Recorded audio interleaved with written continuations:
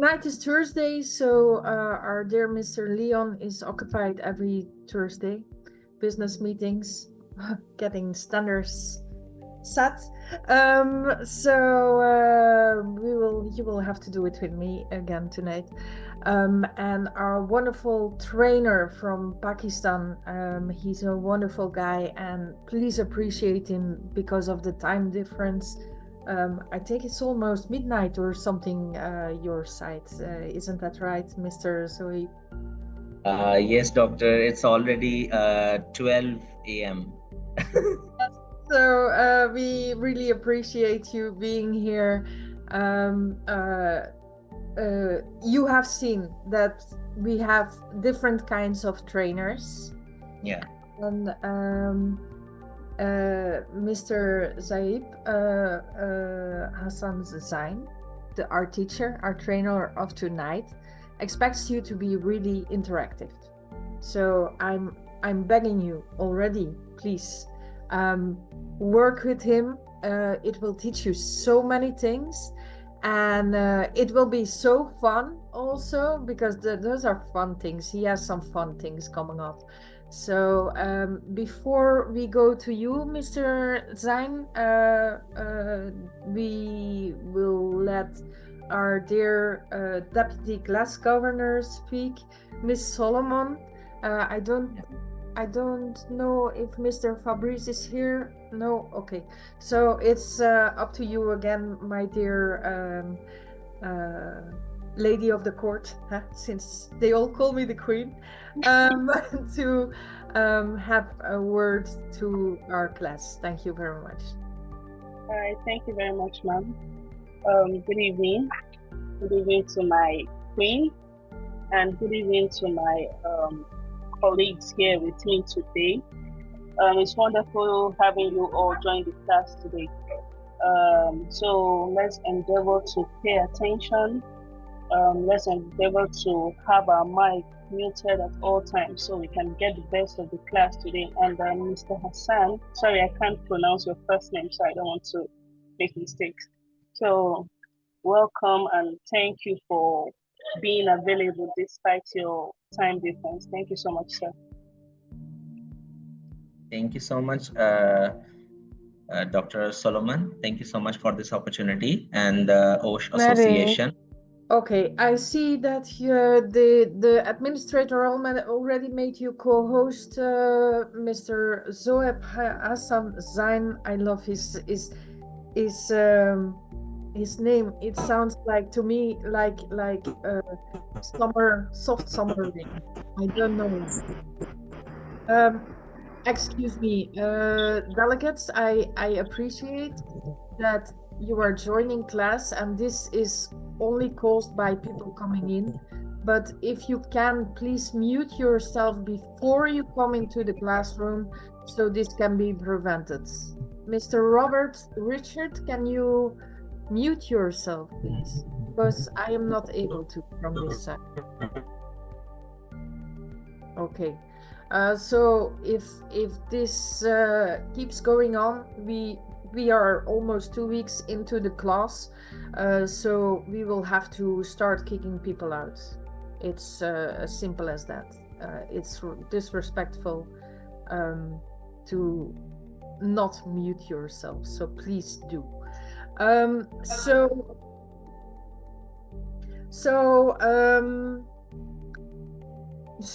I think it's 10 past the hour, so it's a good time to start with class if Mr. Zain is ready for it. Do you need some more time? Yeah, you're ready. You can share your screen whenever you like, and the floor is yours. Thank you very much again for being here. Thank you so much. Okay, thank you so much for the opportunity. And today we will be having the 24th batch training master class on health and safety environment. And the name of the course is Workplace Health and Safety. That is the course 109.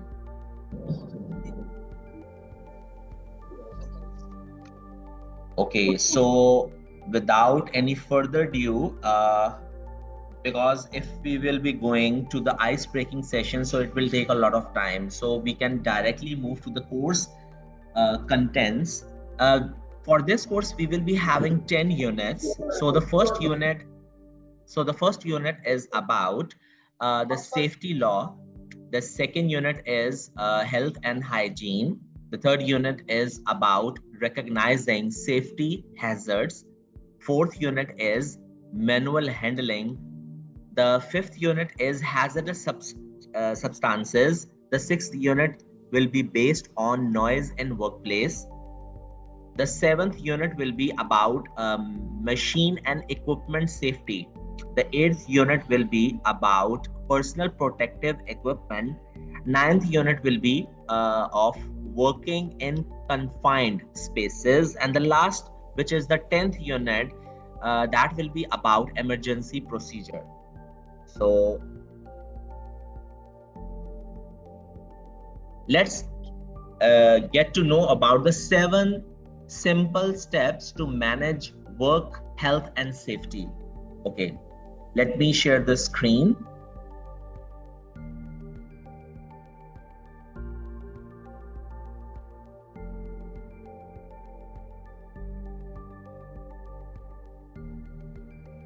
Okay, can you listen the voice? Is the voice audible? No, we cannot hear the voice. I think there is some button somewhere when you are sharing.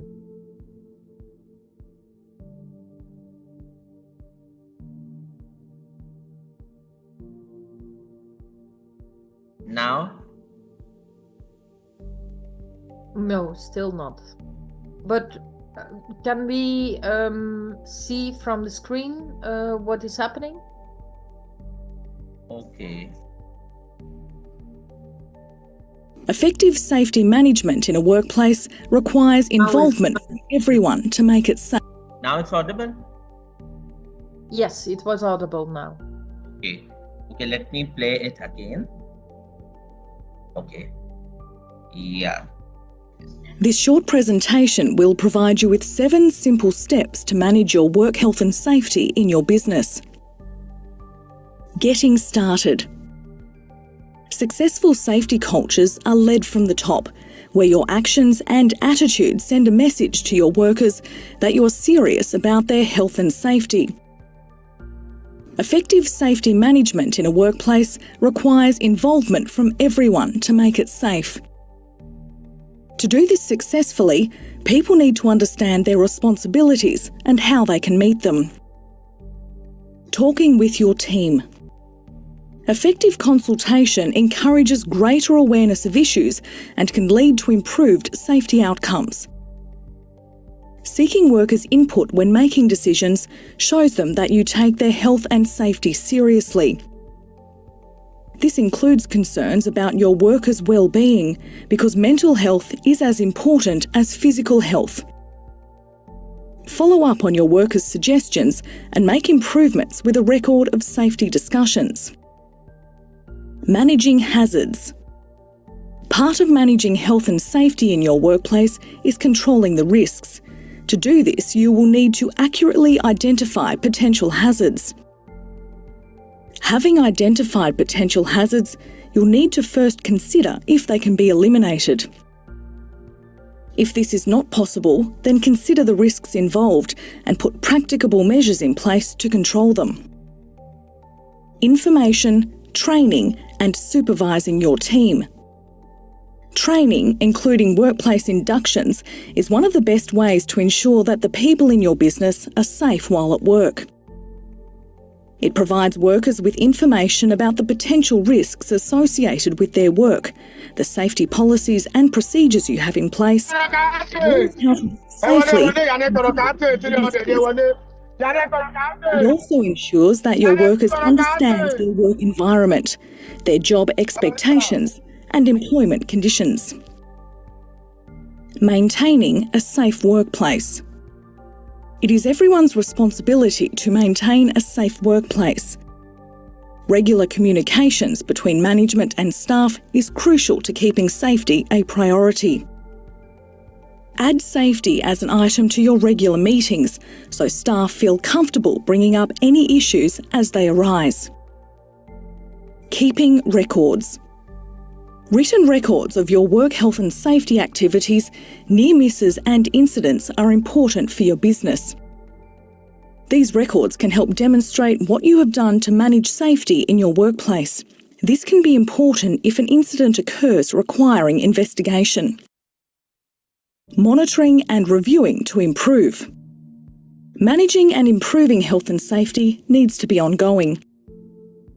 Safety processes and operation evolve with time, and workers and equipment can come and go, changing the risks in your workplace. When you actively seek to identify hazards, inform, train and supervise your team, you can be confident that you are managing the risks and the people exposed to them. Guidance material and templates are available to complement these steps and provide you with more information. For assistance with...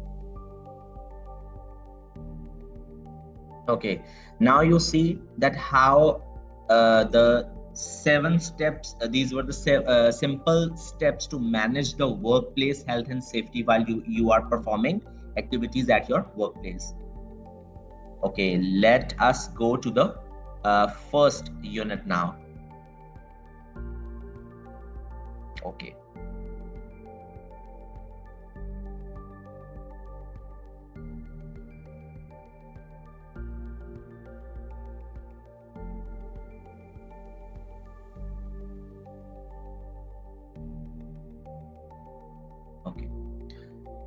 The first unit is about the safety law.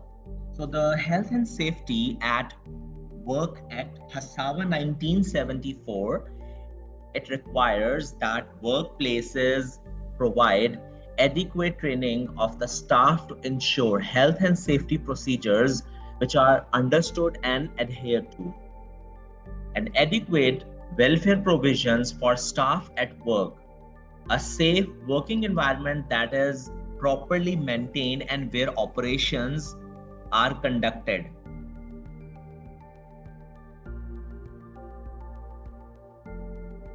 So making sure everyone at the work knows that how to be safe and follows the rule, and which is very important, and also taking care of the well-being of all the staff while they are working is very, very necessary. Keeping the workplace safe means fixing the things that are broken and making sure everything is in a good condition. Lastly, when people are doing their jobs, they should always do them in a way that keeps everyone safe and healthy. So here a question arises that who is responsible for the workplace safety? Yes, delegates. Any idea for that? Who is responsible for workplace safety?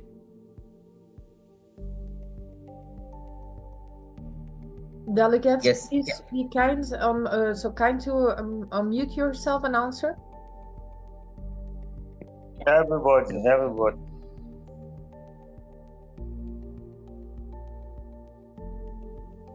Okay. Anyone else? Yeah, safety is everybody's business. Okay. So everybody. Wow. Everybody, excellent. Managers, supervisors, or team coordinators, all are responsible for making sure that the environment is safe to work in. So some of the responsibilities include adequate lighting and a clean and tidy work area. So with adequate lighting, workers can produce more products with fewer mistakes, which can lead to 10 to 50% increase in the productivity. So this is an advantage, that if adequate lighting will be provided in the workplace for the workers, so in this way they can produce more products and there will be fewer mistakes. So this will definitely lead to increase in the productivity. And good lighting can decrease errors by 30 to 60%, as well as it will also decrease the eye strain and the headaches, nausea and neck pain, which is often accompanied eye strain. Okay, how do you ensure effective workplace safety? Yes, can anyone volunteer for this question? How do you ensure effective workplace safety? Yes.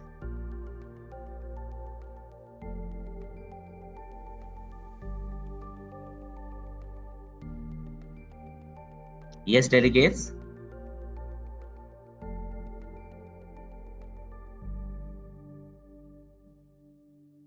Can anyone tell me that how do you ensure effective workplace safety?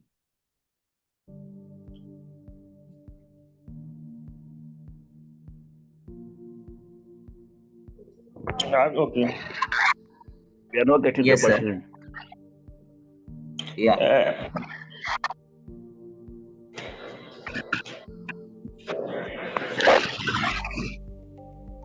Yes. So the question is, how do you ensure effective workplace safety? By making sure that there is safe work environment and safe work procedure. Excellent. Excellent. Anyone wants to volunteer? Any other response?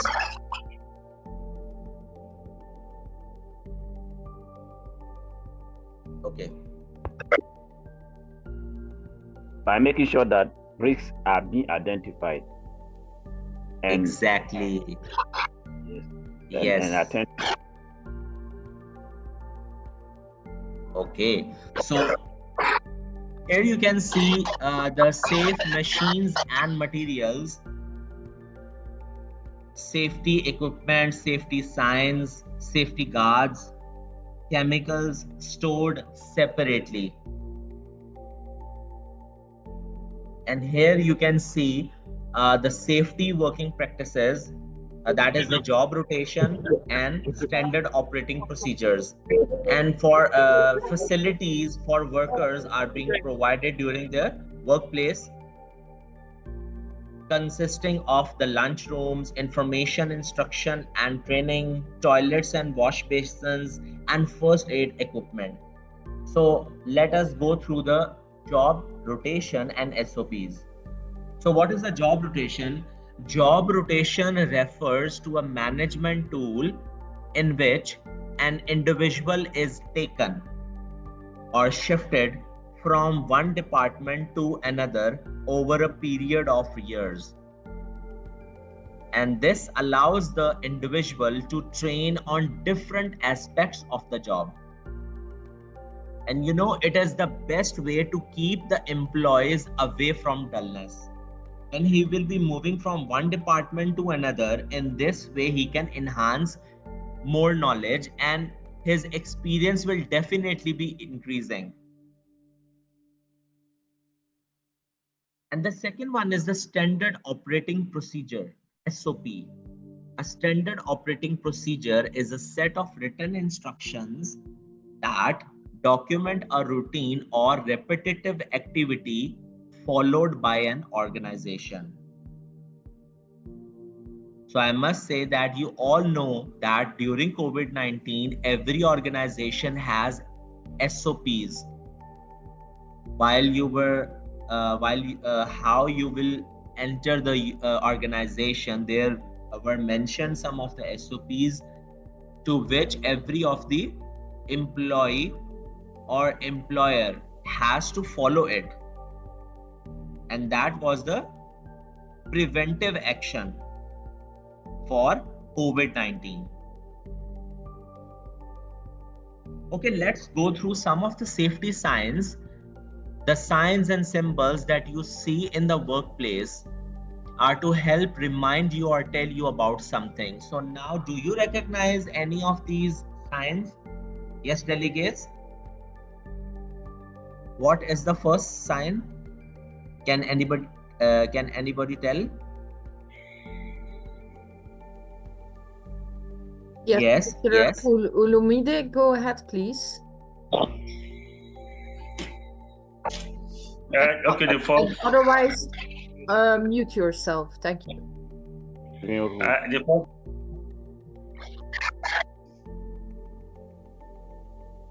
Mr. Fabrice.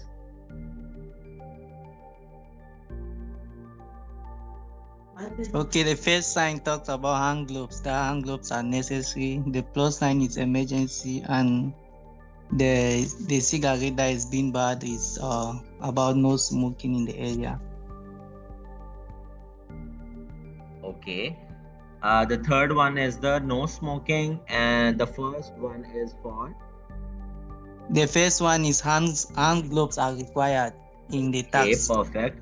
And okay, thank you so much. What about the other volunteer? Yes, the second one. The second one is emergency sign. Okay. Or Yes, it any can be other for delegate? food. Yes, thank you so much, sir, for your answer. Yes, any other delegate wants to volunteer for the second sign?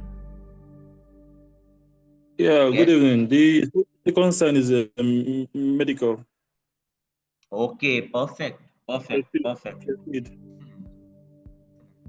Yeah. So let's go through. Yeah, exactly. So as you can see that the first sign shows the gloves must be worn. And the second one is the first aid sign. And the third one shows no smoking. Very well. Thank you so much for answering. Okay. Now, let's go through the workplace safety at work. Let me share the video with you. Yeah.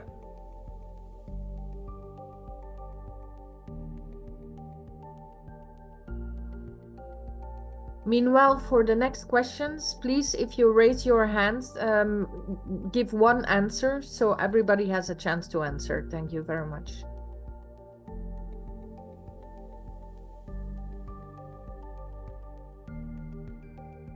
Yes. Workplace safety. Why, how often, and to whom do workplace accidents occur? How often do accidents occur in the workplace? A lot more often than people think. Every year, over 3 million workers are injured on the job. And there are about 5,000 deaths each year in the workplace. Who is injured most often at work? It is younger workers. Workers who are between the ages of 15 and 25. These workers are twice as likely to be injured at work. Almost 1 million end up in the emergency center each year. An average of 600 die from fatal work injuries. Why are younger workers injured at work more often than older workers? Well, many younger workers lack experience or proper training. Some may be less likely to speak up and ask questions. Younger people tend to take more risk and tend to do jobs that are more dangerous. When it comes to accidents in the workplace, which ones are most common? Slips, trips, and falls. These are the most common types of workplace accidents. It is estimated that there are 25,000 slip, trips, and falls each day at work.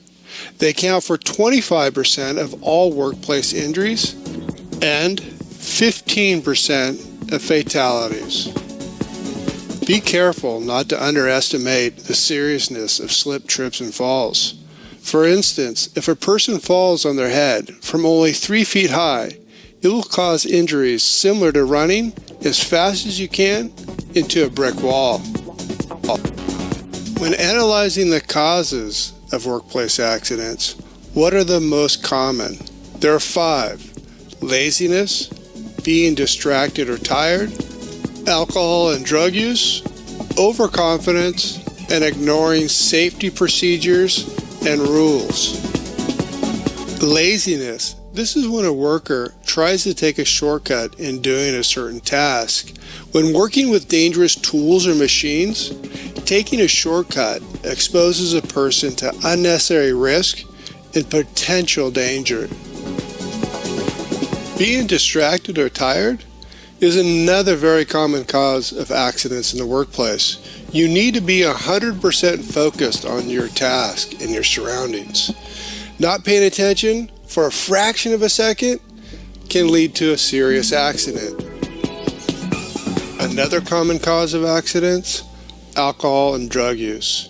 To be safe at work, you need 100% of your capabilities. Drugs or alcohol will slow a worker's reaction time and make him or her more careless or clumsy. Overconfidence can also be a cause of accidents at work, especially with younger workers. This is when a worker feels they are invincible or they are so good at their job that nothing bad could happen to them. The last cause of accidents in the workplace, ignoring safety procedures or rules. Safety rules and procedures are created to prevent accidents. Ignoring them will eventually lead to someone getting hurt and possibly killed. When you look closely at the common causes of workplace accidents, what do you think links them all together? What links? More often than not, the person involved were not thinking of safety or keeping it as their first priority. Yeah, exactly. So here we can say that we have to follow the rules of safety at work in order to do any activity in our workplace. So now moving to the next unit, that is unit 2, health and hygiene.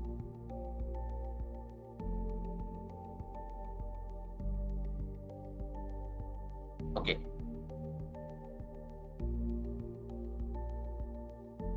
What do you understand they do?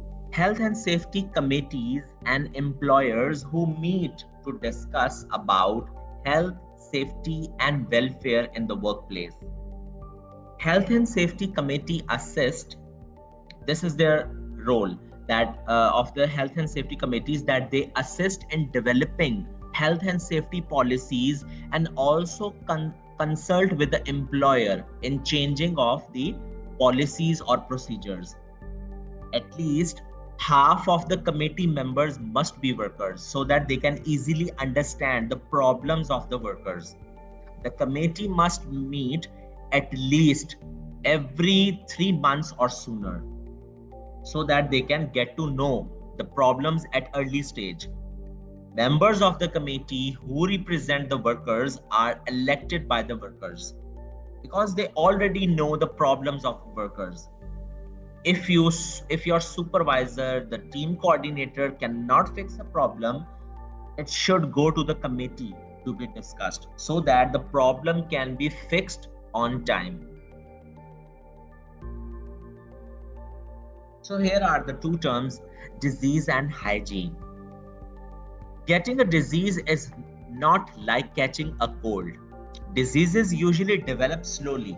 If you are aware of your body and notice any changes, you might be able to get help before your health gets a lot worse. And the second one is the hygiene. Hygiene is about keeping yourself, food areas and toilet areas clean. So hygiene is cleanliness. Here you can see the precautions. What can you do to make sure that you don't spread the germs and bacteria at home or in the workplace? According to the first figure, make sure you wipe food benches with a clean cloth. Don't share earmuffs, gloves or masks. In the second image, you can see that wash your hands every time you use the toilet. and shower regularly. So in this way, you will be able to not to spread the germs and bacteria at home or in the workplace if you follow these precautionary measures.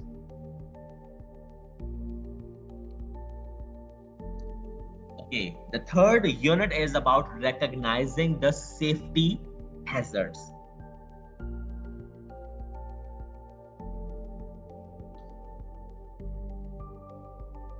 Here are the basic terms that apply to the risk management. The first term is risk assessment. The second is the hazard.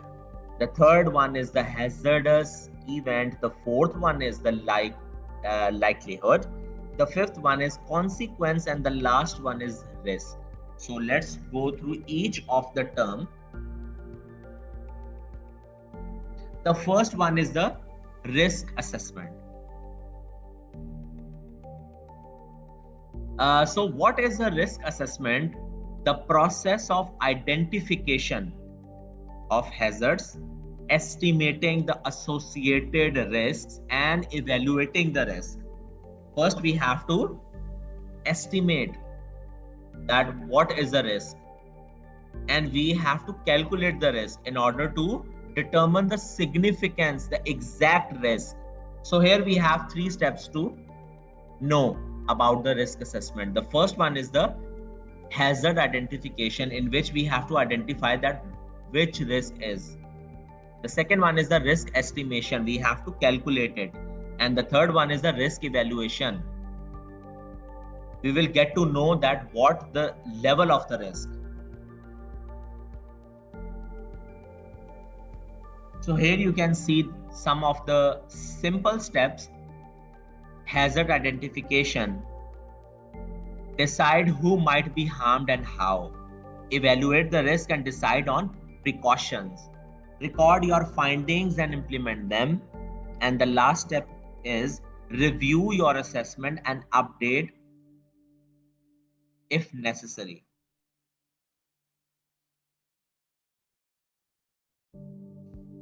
Okay, the second term is hazard. A hazard is anything that has the potential to cause harm. For example, a piece of complicated machinery and hot drink. If it could be harmful in any way, then it's a hazard. So here you can see at the bottom side of the slide that here are mentioned few of the hazards: safety hazards, biological hazards, physical hazards, ergonomic hazards, and chemical hazards. So you can face any one of this, and these all hazards are very harmful for human. The third one is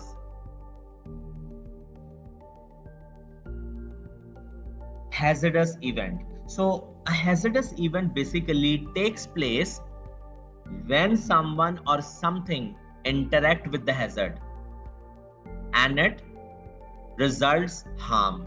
For example, there is a hole in the ground. The hole by itself does not cause any harm, but if someone tripped over it, then it would become harmful.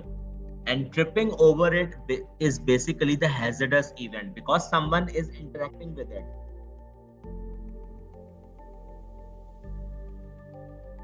The fourth one is the likelihood. So what is likelihood? Likelihood is measure of the chance that the hazardous event will occur. How many times? So let's see the example. If the hole is in a busy area, such as the shop entrance, so it's more likely someone will trip over it, definitely. However, if it's in an area that does not get a lot of traffic, such as the backyard, then tripping over it would be less likely. So likelihood is the number of chances, how many times. And the next And the next term is consequence. So what is consequence? Consequence is basically the outcome of hazardous event. That when you come in contact with the hazard, what will be the outcome? What will be the result of that? So for example, if you tripped over a hole, there could be several possible outcomes. Let's see what will be the outcome. The first outcome can be you might land on your feet with no damage at all. That is the first consequence. Okay. The second can be you might drop whatever you were carrying. Okay, fine. And what is the last consequence?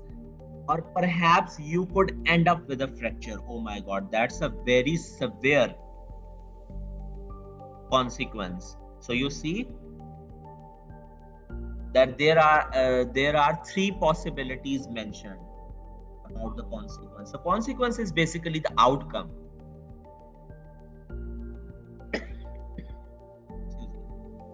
And the last term is the risk. So what is the risk? Risk is basically the combination of likelihood of a hazardous event occurring and the consequence of the event. So you can see the risk equal to likelihood once it becomes like this.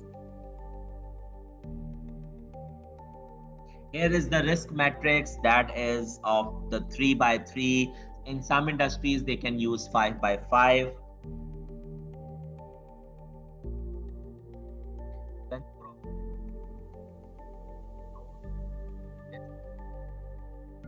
this way you will be able to calculate the risk. And in majority of the organizations, they use 3 by 3 risk.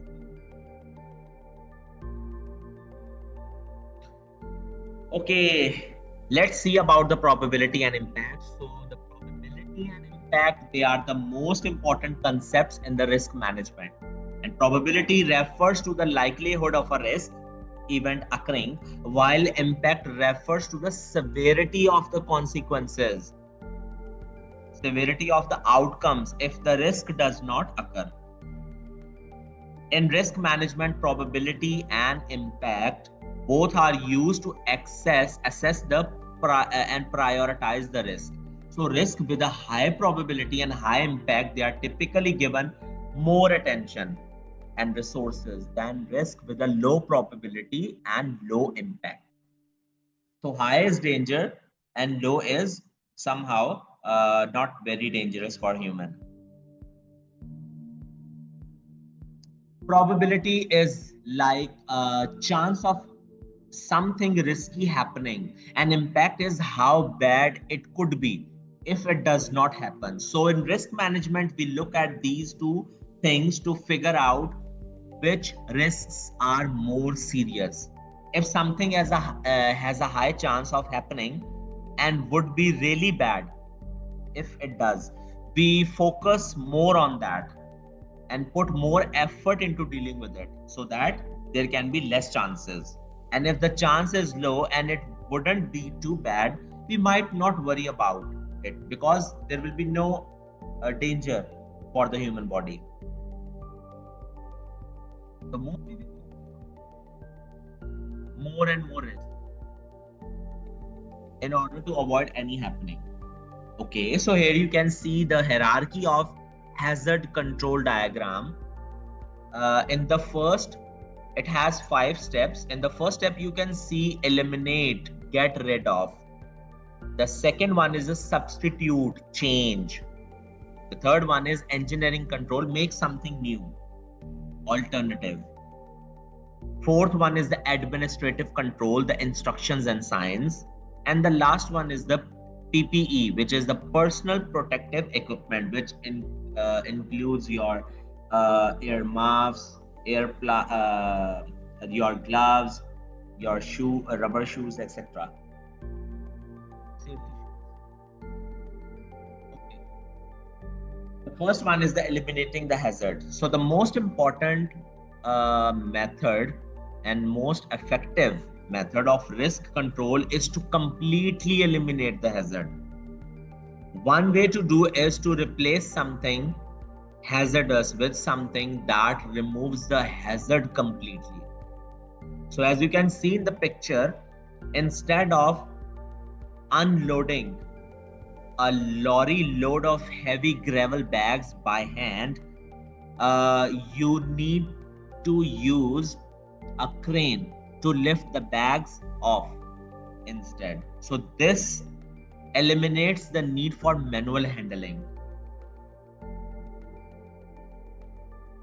Now comes the reducing the hazard.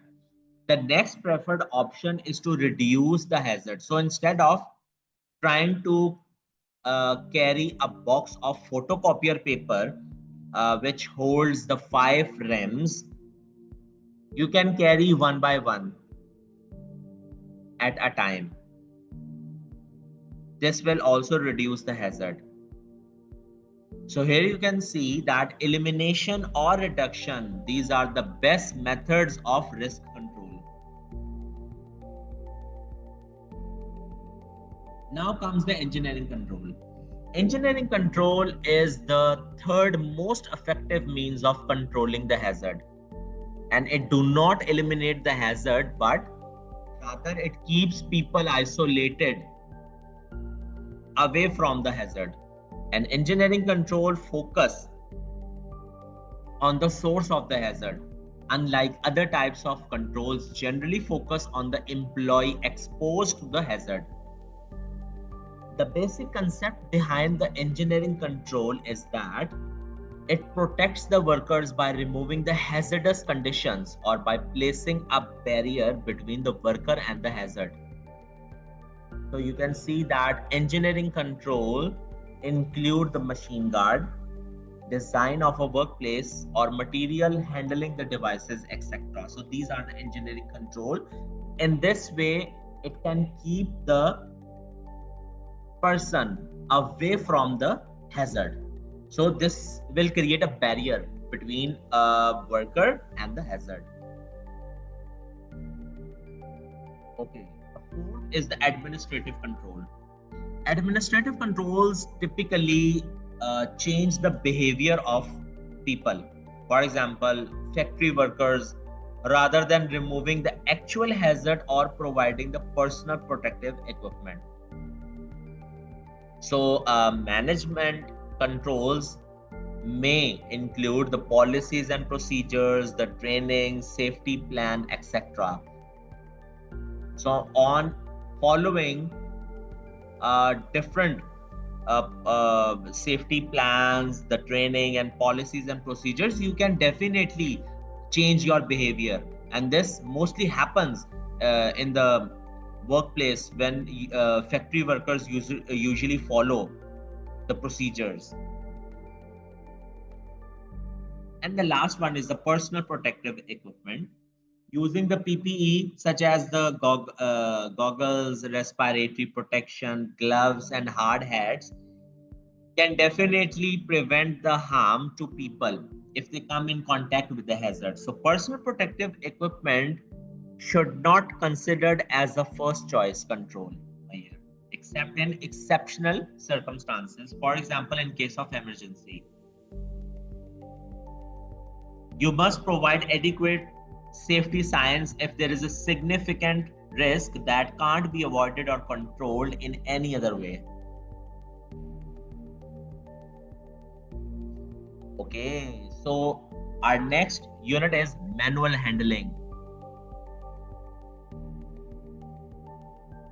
Okay, manual handling can be defined as any task or any activity that requires the worker's ability with their hands and strength. So here we can see 4 factors to consider for manual handling. The first one is the load. The second one is the individual capacity. The third one is the task, and the fourth one is the environment. When lifting, pushing, pulling, lowering and carrying, you need to be very careful. You might hurt yourself.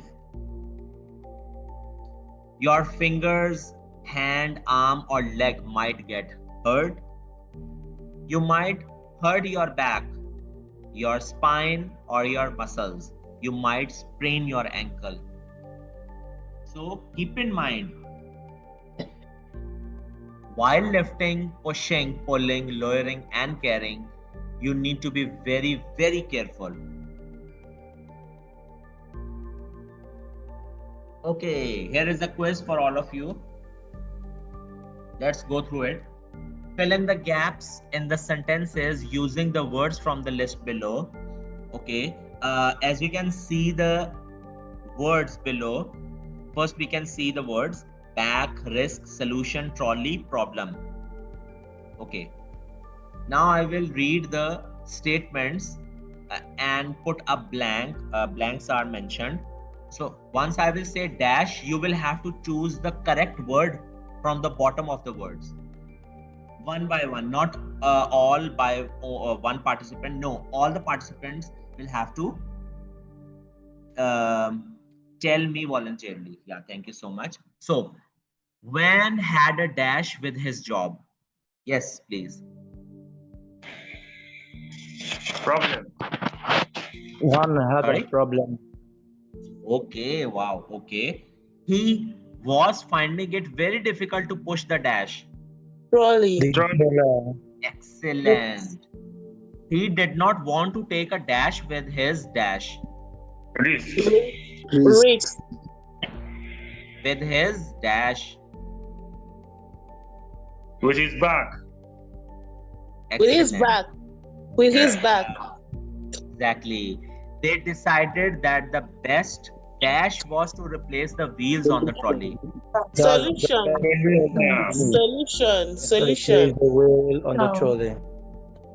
Excellent. Wow, amazing. Perfect. Okay, moving to the unit 5, hazardous substances. Hazardous substances or chemicals can make you sick.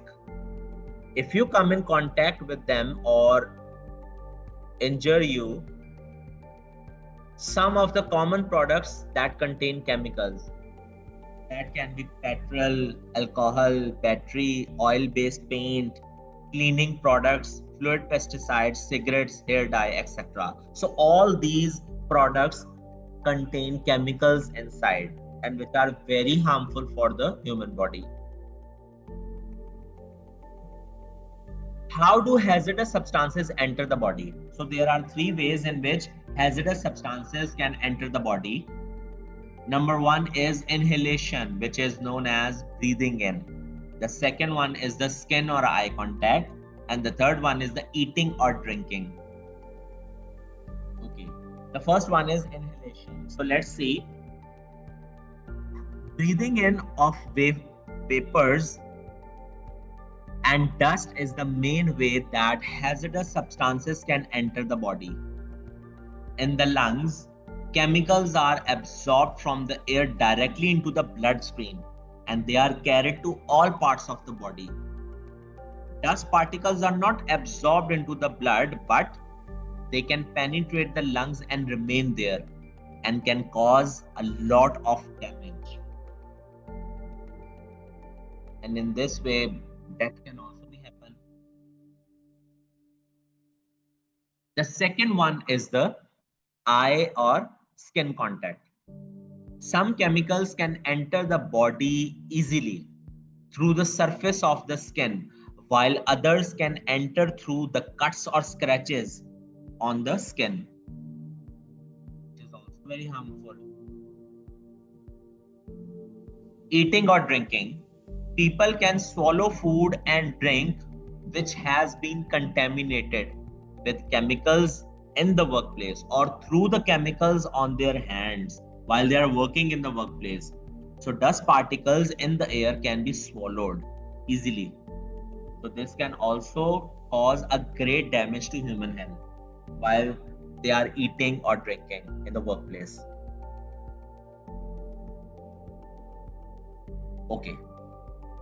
If you decide the chemical may affect you, so you can follow the hierarchy of hazard. Eliminate the chemical, substitute or replace the chemical with a safer one, Use engineering controls such as putting in good exhaust ventilation. Use the administrative controls such as changing the way the job is done or attending the safety training. Use personal protective equipment such as wearing the gloves or the mask, etc. So here is the personal protective equipment, which is clothing or equipment that protects you while working. If you cannot eliminate, substitute, or change the way you work with the chemical, you need to wear your personal protective equipment. And what personal protective equipment includes? The helmet, hand glove, safety shoe, face shield, eye goggles, etc.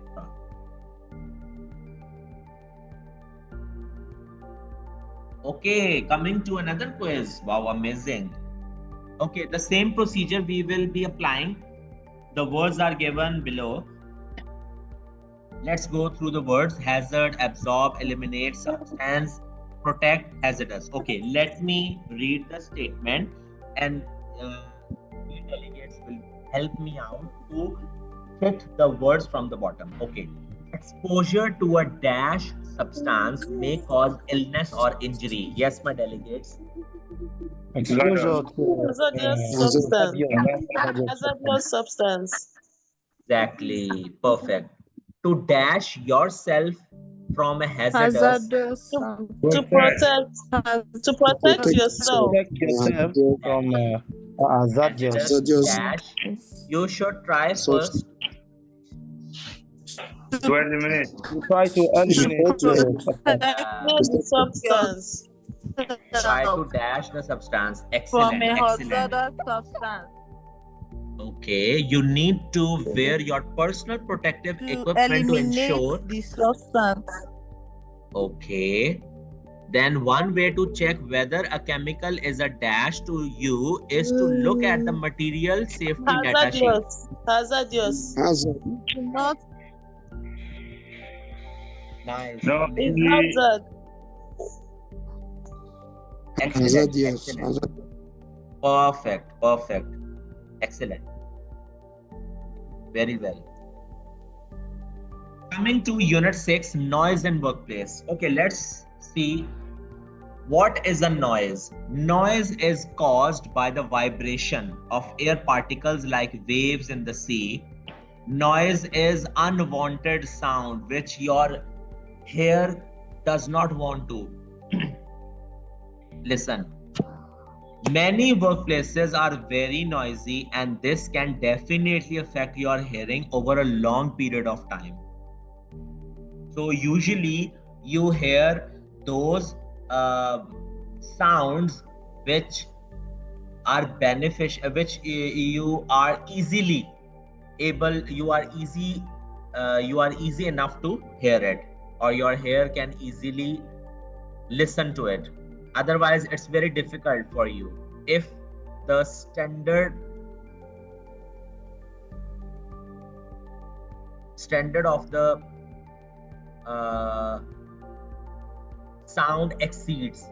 So let's see what will be the exact for that.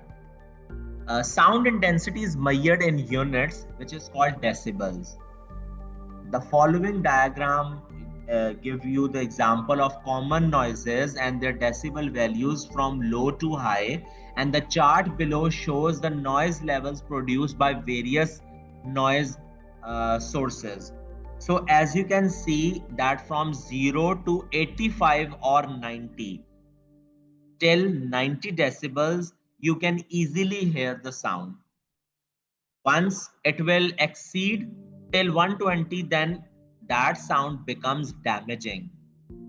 And once the sound exceeds 120, then it will affect on the people with a lot of damage. So as you can see, from 0 to 90, it's irritating. Somehow you can listen to the noise.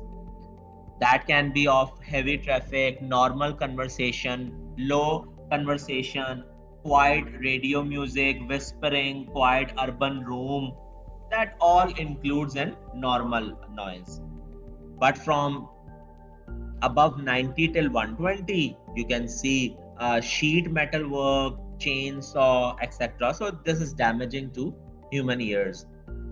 And once the sound level exceeds 120, it is very dangerous for humans, and it can definitely cause a lot of damage. What includes in that the jet engine, rivet hammer, etc.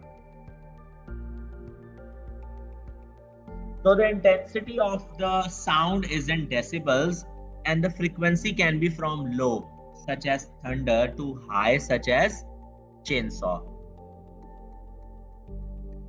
And the exposure time is that till 85 decibels you can easily hear, but once the 85 to 90, but once that level is exceeded, so it becomes very dangerous for ears to listen to the voice, and it can cause a great damage. So you can suffer from hearing loss also. This would be a great problem. If you have a hearing problem, it can either be permanent or a temporary hearing loss. You will probably not hear the voice, higher frequency sounds. You will be unable to hear the voice. So what can be the measuring noise at work? Noise is measured at work using a noise meter. It is important to measure the intensity and the frequency, and this is done by using a scale called decibel scale. A worker should not be continuously exposed to a noise level above 85 decibels. So 85 to 90 decibels is somehow normal to human ear, but once it exceeds, then it becomes dangerous. You can suffer from hearing loss issue also. Okay, here are some of the safety tips avoiding the noise problems. What can you do to help yourself and others? Close the doors designed to reduce noise. Report any noise problems with medicines. Make sure you know how to correctly use your ear protectors. Have your hearing checked by a doctor. So these are the safety tips in order to avoid the noise problems. Okay, Unit 7 is about machine and equipment safety. Almost all the equipment, machinery and appliances that you see at work is called plant, except manually powered tools such as the scissors, hammers, saw, knife, etc. Here you can see some of the hazards which were categorized basically into 6 broad groups, but I have mentioned approximately 10 groups. The first one is the mechanical hazards. The second one is the physical hazards. The third one is the chemical hazards.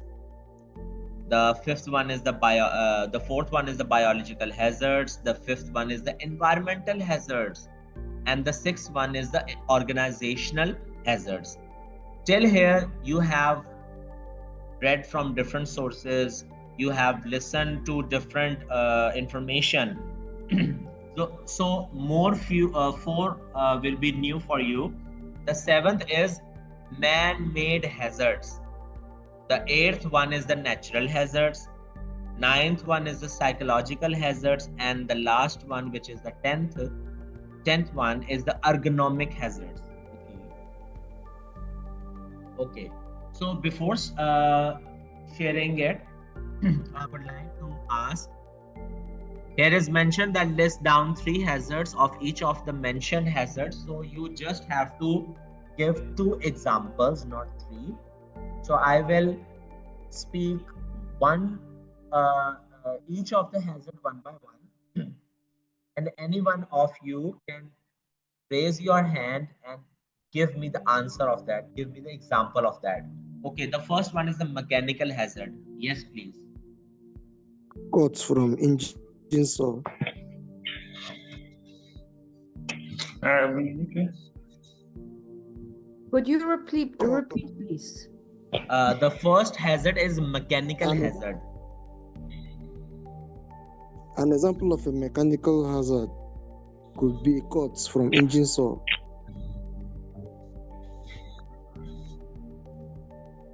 Okay. No, I'm asking the mechanical hazard. Yes, please. Yeah, I said an example of a mechanical hazard could be cuts from engine saw.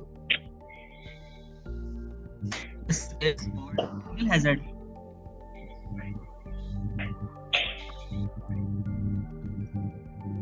That example which you are giving is mechanical hazard. An example. Oh, okay. Let's organize. Please raise your hand and then answer. I'm sorry, Mr. Richard, we didn't understand. Cuts from what? Mr. Robert Richard? Can I answer? Yes, please. Yeah, Okay. I said Oh, okay. Since there is confusion, Miss Jennifer, please answer. Okay, I said an example of mechanical hazard is a cut from engine, from machines. Okay. Yeah, like moving machinery parts from the belts, the pulleys and chain. It can catch a clothing. Yeah, it can catch a clothing, it can catch the hair, it can go with the fingers. Excellent. Any other example? Because this is one example. The other one, please. Injury, an angle grinder without teeth. Okay. Guard, Very cutting well. guard in place. Okay, excellent. Yeah, it could catch the finger as well. Yeah. Okay. The second hazard is physical hazard. Yes. Now, any example for physical hazard? A falling branch or a falling object around the warehouse where someone works. Any other example for physical hazard? Okay. Yes, Okay, yeah. so- It can be excessive noise. Noise is an example of physical hazard. Okay. Perfect. Okay. The I third have one an is example. chemical hazard. Now, examples for chemical. Only 2 examples, not more than that. Okay. First example Okay. for chemical hazard. Inhalation of ammonium. I have an example.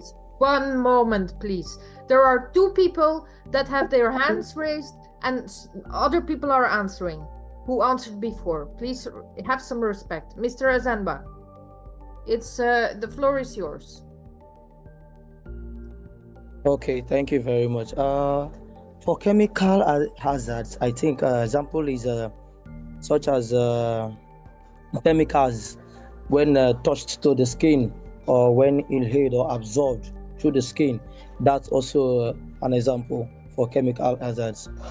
Also, chemicals also that can ignite or burn easily, such as gasoline, propane, or solvents, which can be absorbed by the skin. Rather, is an example of chemical hazards. Thank you. Excellent. Excellent. Yes. Any other example? Because this is the one of the example. And any other? Mr. Roberts. Okay. Acids during titration reaction. Acids during titration reaction, it can cause burns to the skin if the person carrying out the reaction don't wear his PPE like gloves and eye goggles. Okay. Now the fourth hazard is biological hazard. Yes.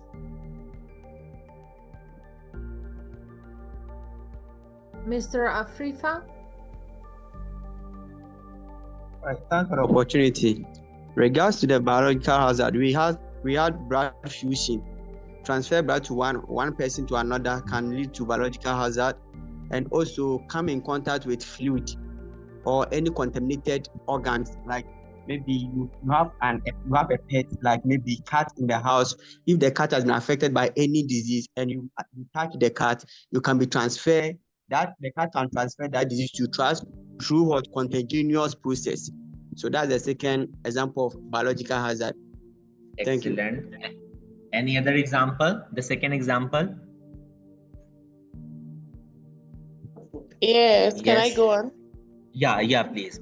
Okay, blood, fluids, which can carry infectious diseases.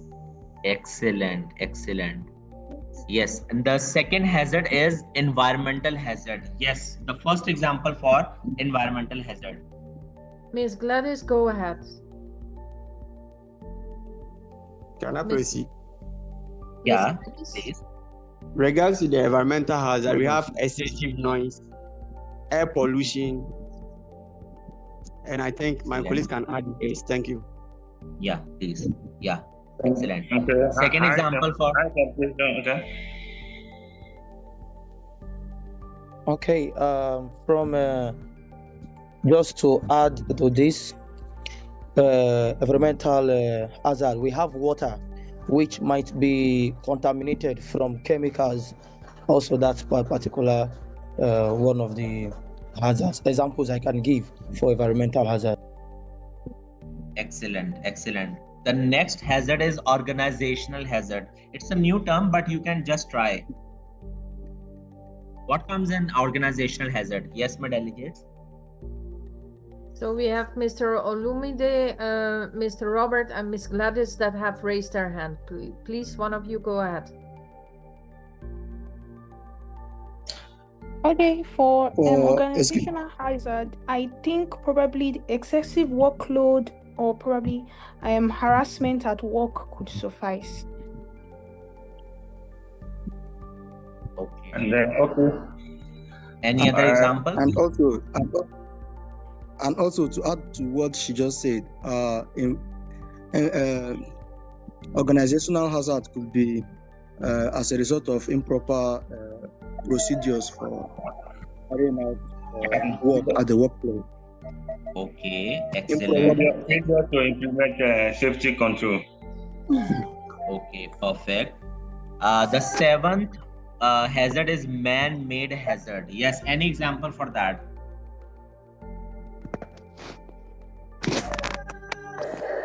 I will mention, okay, can we say excavated pit? Sorry, can you please uncover manholes and co. Okay. Any other example? Yeah, can I answer? Yes, please. Okay. Terrorists. Sorry, can you repeat it again? Yeah, terrorist attacks. Maybe the use of chemical. Maybe the use of chemicals to bomb for weapons. Exactly. What a hot topic you have shared. Wow. Yeah, perfect. Can I answer? Yes, please. You want to add something? I have another example here. Yeah, please. An example I could add to what they just said now is spilling water on smooth floor. Okay. Excellent. Spilling okay. Water on, like, the kitchen. Yes. Okay. Moving to the next hazard, that is the natural hazard. Okay, you can now give examples to the natural hazard. Okay, can I go ahead? Yes, Mr. Azanwa and Miss Gladys have their hand raised still. Go ahead. Okay. When we talk about natural hazard, we should be talking about earthquake, flood, hurricanes, volcanic eruption. That's one of the natural hazards that I know, if I have to give example. Thank you very much. Thank you so much. Any other example, please? Yeah, can I say? Yeah, please. I think droughts. That's droughts, long periods of rainfall that can cause water shortage. Oh, wow. Amazing.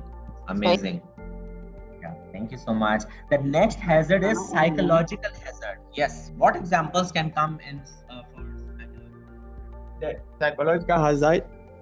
Yeah. One of the psychological stress. Bully. Bully is there. Exactly.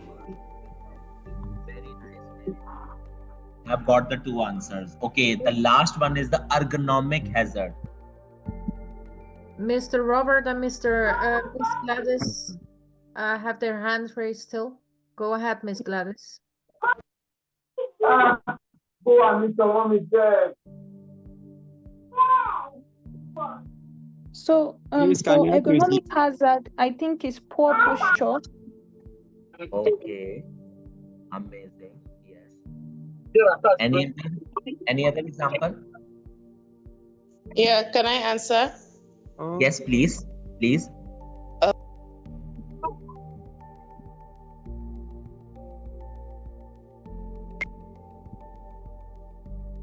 Miss Gladys, do you have anything to add?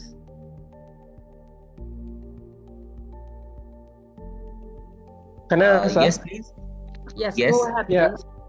Ergonometric hazard has to do with improper sitting arrangements within the workspace, of which people are not properly well seated to allow easy flow of blood to circulate through their bodies.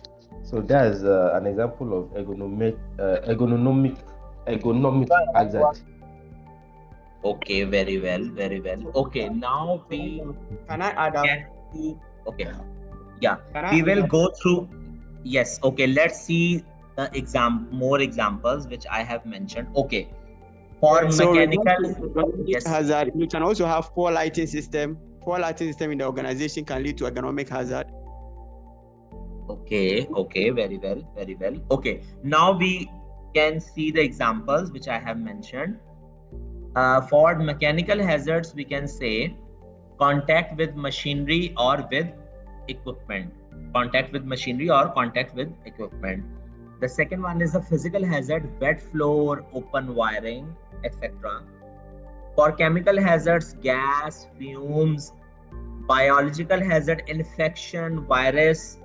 Environmental hazard, noise, dust. Organizational hazard, work shift, interpersonal issues within a team, or you can say with your supervisor, etc. Man-made hazard is war, terrorism. Natural hazard is flood, earthquake, tornadoes. Psychological hazards is stress, harassment, and ergonomic hazard is repeated work or the poor design of any activity.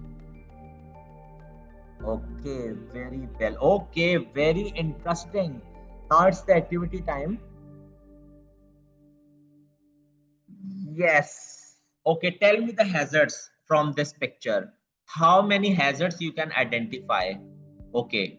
Raise your hands, please, and give one answer. Thank you. Yes. Mr. Afrifa, go ahead, please.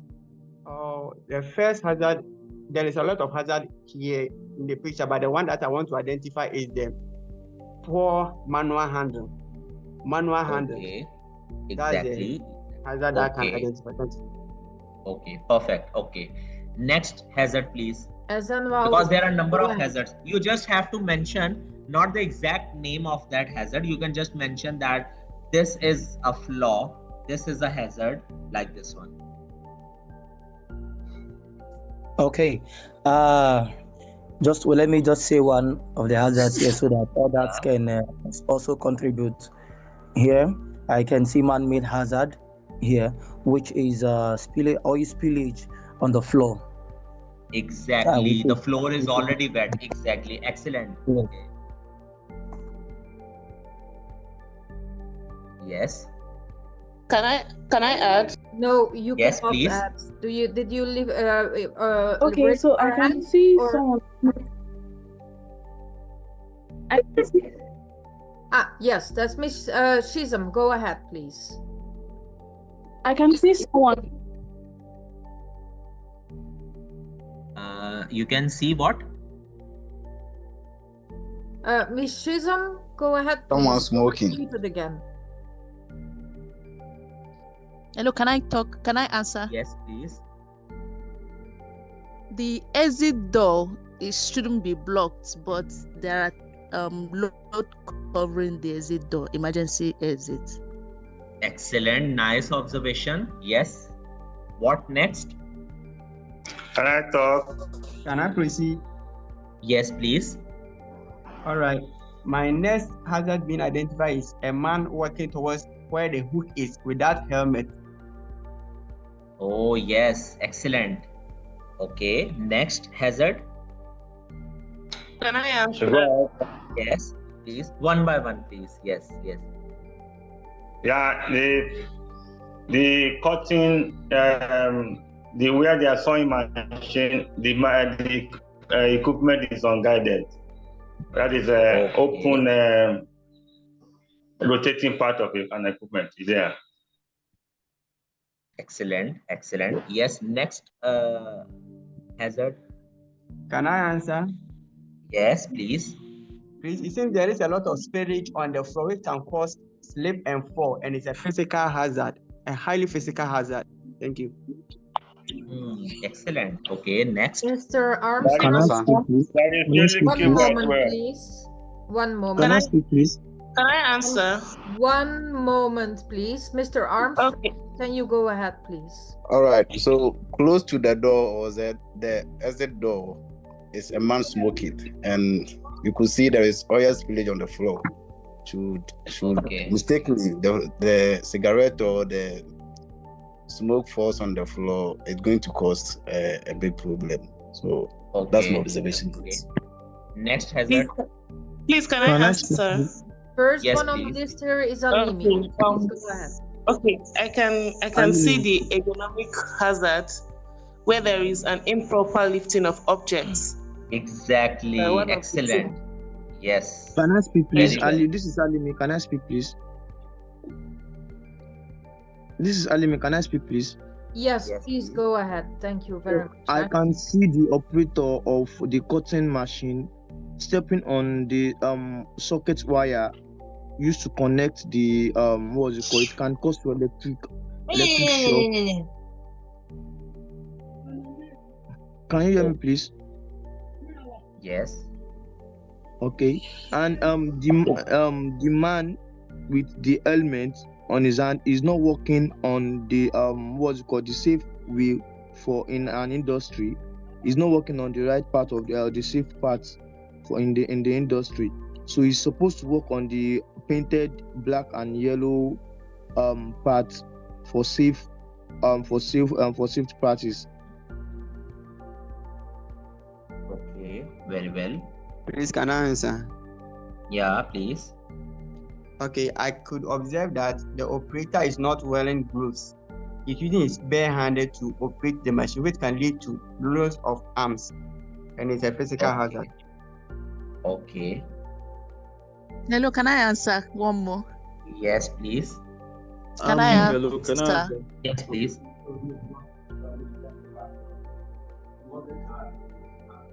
I noticed that on this health and safety poster, there is another poster of an image of a bike man covering the safety guides and procedure on the wall.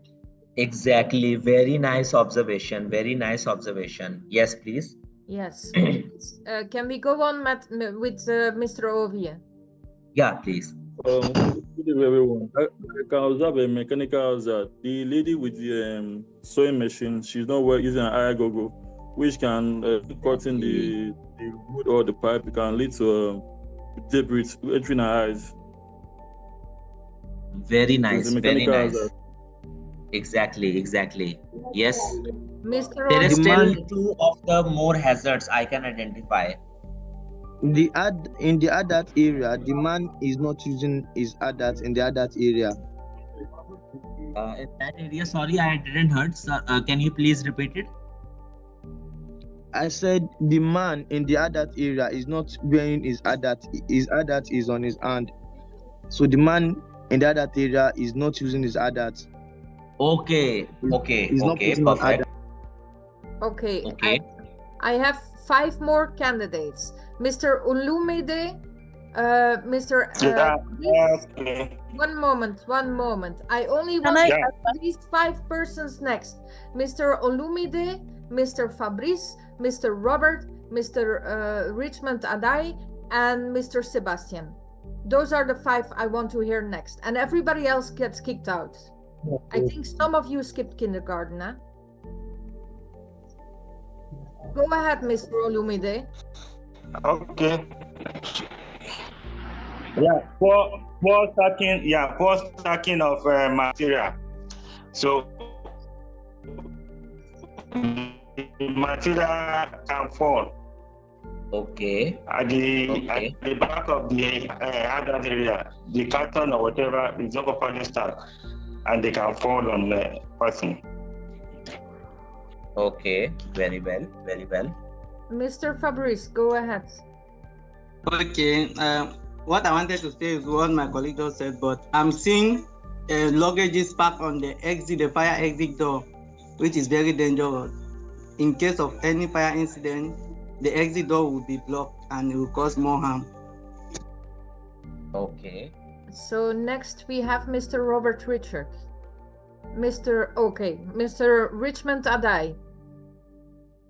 Hello, please. Yes, please.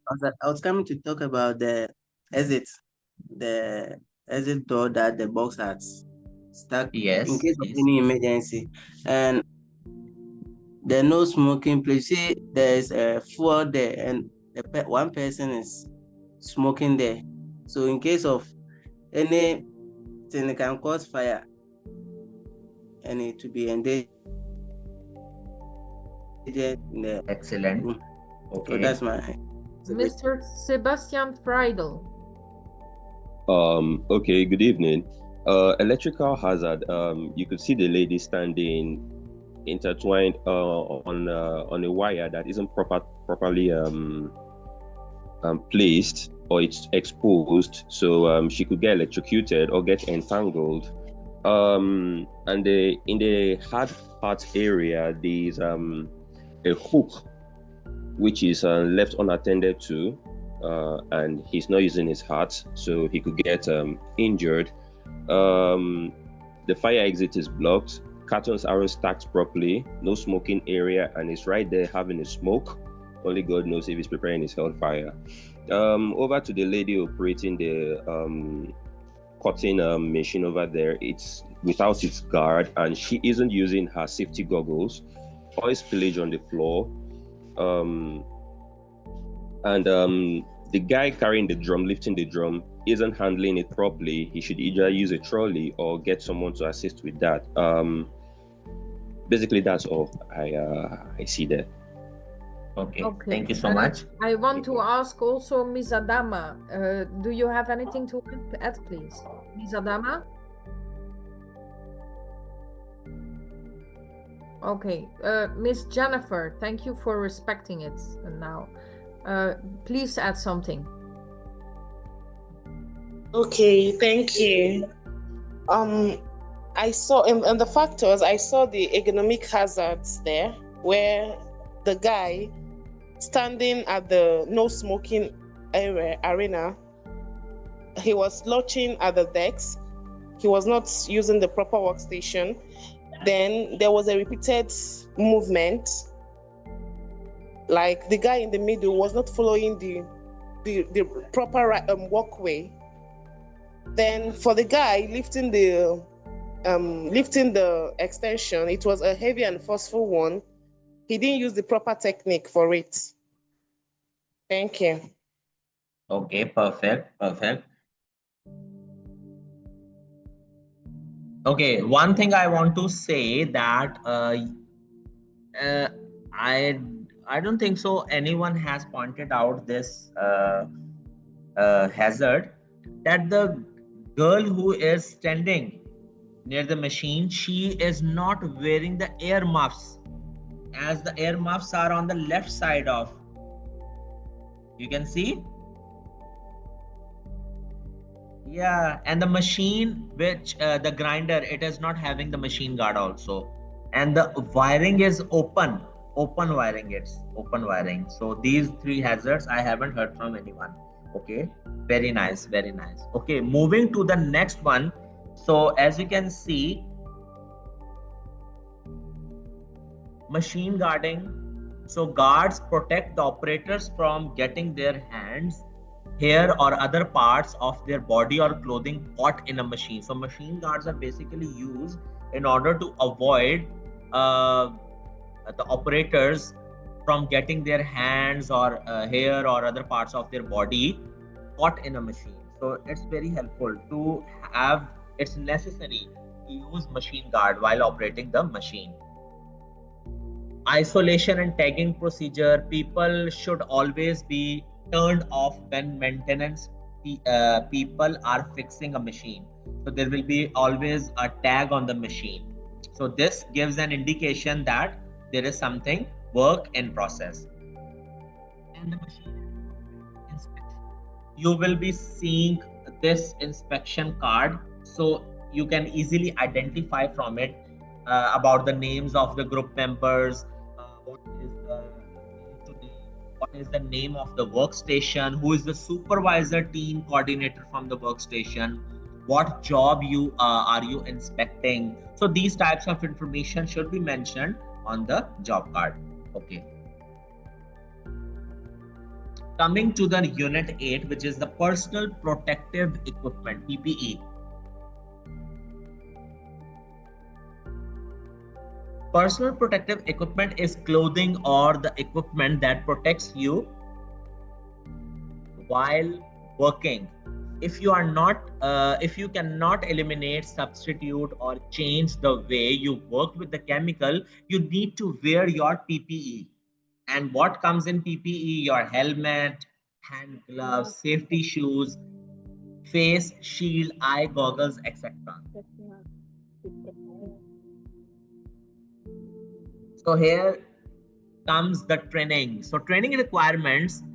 For the training requirements, each employee who is required to use PPE must be trained to know when PPE is necessary, what PPE is necessary, how to properly put on, take off, adjust and wear the PPE. Proper care, maintenance, useful life and disposal of PPE. So every employee should be given training. So these are the responsibilities of employer. That employer is required to perform the hazard assessment, provide appropriate PPE to the workers, train the employees, maintain or replace the personal protective equipment, review, update or evaluate the personal protective equipment program. So these are the responsibilities of employee. As you can see, the employee is required to properly wear personal protective equipment, attend the personal protective equipment training, care for, clean and maintain the personal protective equipment, and inform the supervisor about the needs for repair or replacement. Okay, again the activity time.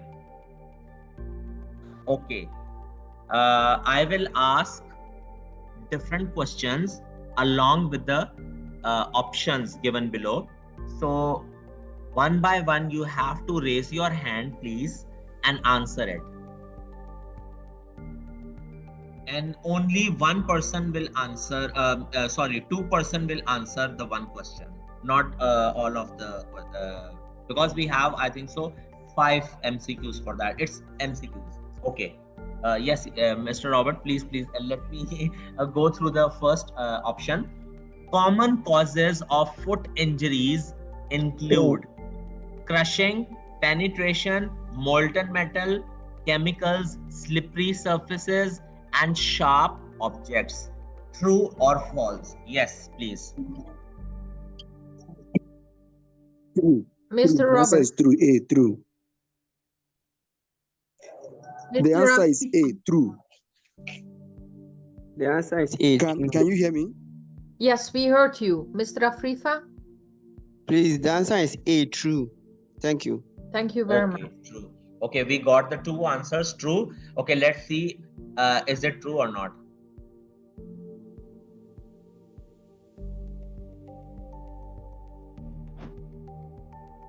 Yeah, it's true. Excellent. Okay, moving to the next question. Who is responsible for providing PPE needed to comply with OSHA standards? The employee, OSHA, employer, or workers?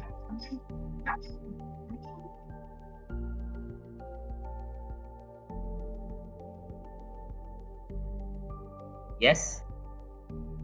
Okay, so Mr. Alibi? C, the employer. Mr. Sebastian? It's the employer. C. Okay. Employer. Okay, one answer. The second one can be what? Yeah, the two answers were employer. Okay, employer. Employer. Excellent. Excellent. Okay, the third one. Hazard controls must be addressed in which order of priority? Option A, substitution, PPE, work around, and administrative. The second option is work around, stop work, PPE, and engineering. C option, stop work, PPE, engineering, and substitution. D option is substitution, engineering, administrative, and PPE. Yes, what will be the exact answer? Miss Mary Jane? D, substitution, engineering, administrative. Thank you. Sorry. No, your network is a little broken up, but we understood. Mr. Afrifa? Thank you. Please, is D. Substitution, engineering, administrative, and PPEs. Thank you. And that is the answer that we have many times in the chat too. Exactly. Okay. Substitution, engineering, administrative, and PPE. Very well. Excellent. Excellent. Excellent. Okay. The fourth one. Hearing protection is required when noise levels exceed OSHA's PEL of -dBA. Yes. 80, 90, 100, or 110. Yes. Mr. Alimi? You lowered your hand. The answer is 90. B, 90. Okay. 90. We have several answers in the chat also. I saw C and let's see. C and B. Okay, let's see what is the exact answer. It's B option. Those who have given the B answer, very well, excellent.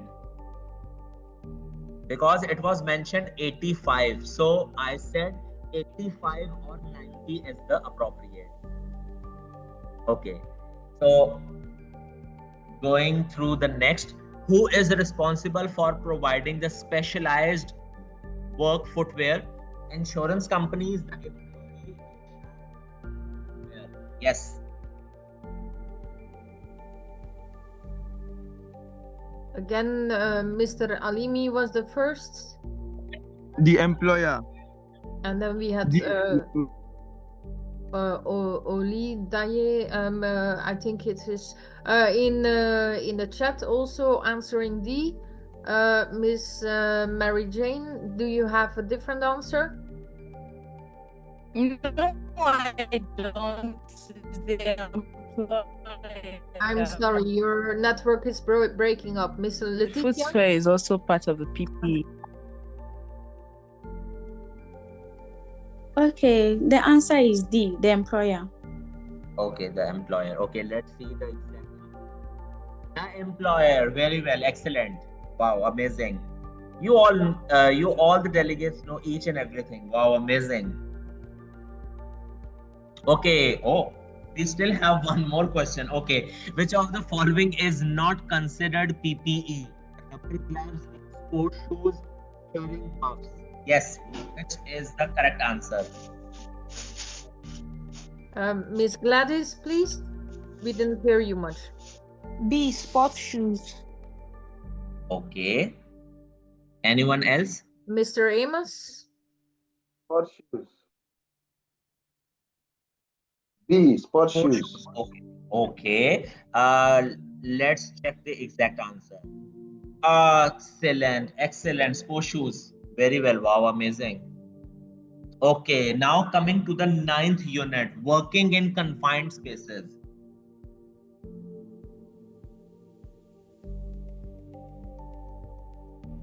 Yeah. So what is a confined space? A confined space is an enclosed or partly enclosed space. Workers do not normally work there because it may be hard to enter and exit. It may have low oxygen levels or chemicals may be present. It may not have normal air pressure. It may cause a person to be suffocated. Some of the examples can be a chemical storage, a pipe, a furnace, etc. So these are the examples of confined spaces. Okay, what must the worker do before entering a confined space? So these are the precautionary measures he should be implementing while entering a confined space. Check if there is a safety level of oxygen, a safe level of oxygen. Check if there are not dangerous levels of chemicals in the air. Check if there are flammable gases. Check the temperature. It should not be too hot or too cold. Be protected from germs. Make sure all the machines are turned off while entering the confined space. Okay. Which is about emergency procedure. So what is an emergency? An emergency is a fire, a gas leak, a chemical spill, a bomb threat, a power failure, a serious injury. Here are few of the evacuation steps. Shut down your machine. Go straight to your department assembly point. Do not go to your locker. Your warden will count everybody. Do everything that the warden tells you. Walk. Do not run to the section assembly point outside the building. Your warden will count everybody again. Stay at the assembly point until your warden tells you what to do. So these are the evacuation.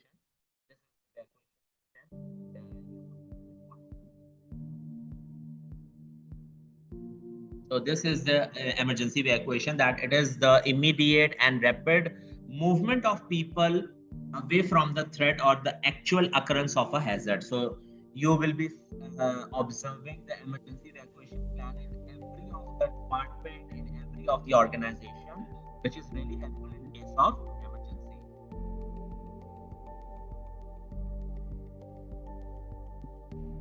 Okay.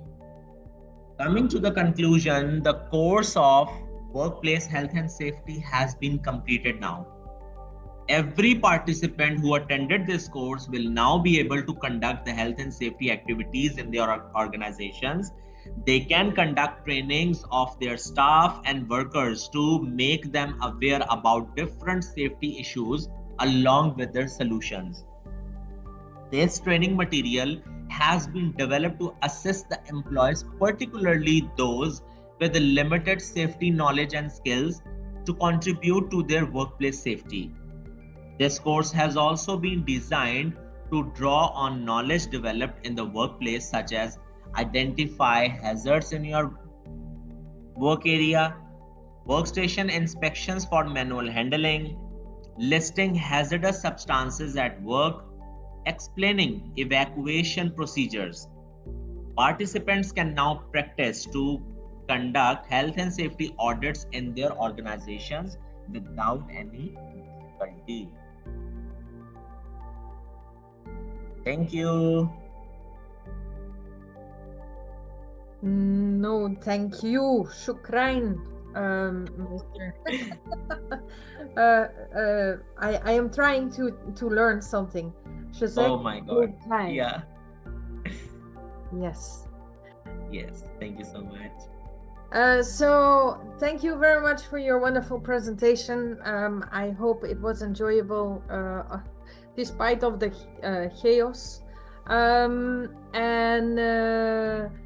there is some room for question. We still have about 10 minutes before, yeah, whatever time it is. It is very late with Mr. Zain. But we will be grateful if you grant us 10 minutes if some of the delegates have any questions.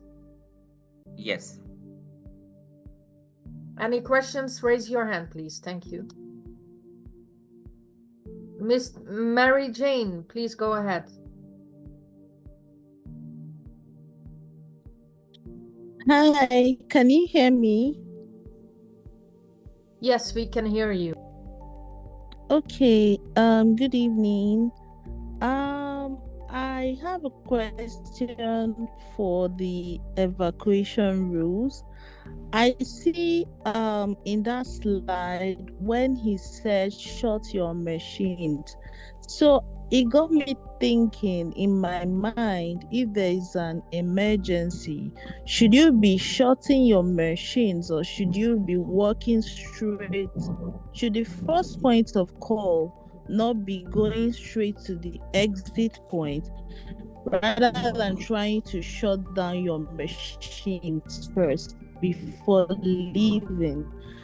Then secondly, the question I have also is for the exam tomorrow, what link and how do we access it? Because I've not been sent such link and I don't know how I'm going to write my exams tomorrow. So those are the two questions that I have. Thank you. I'm sorry, your network is breaking up, but I understand. I don't know. Can anyone, did anyone hear my question? Yeah, there is some problem with lagging. So I think the second question was about the exams. That's not for today. We are not administrators, we are trainers. So practical questions, yes. So please, Mr. Zhang, can you answer the first question, please?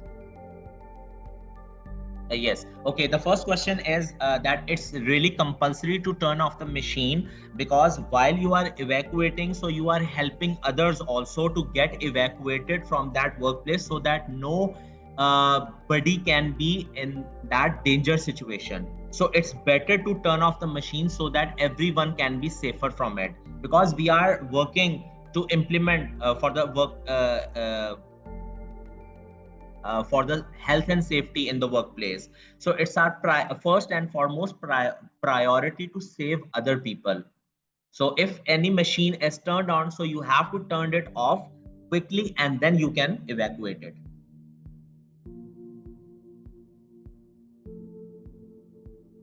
Yes. So there was another person question and I don't remember who it was. Mr. Afrifa, was it you? I'm sorry.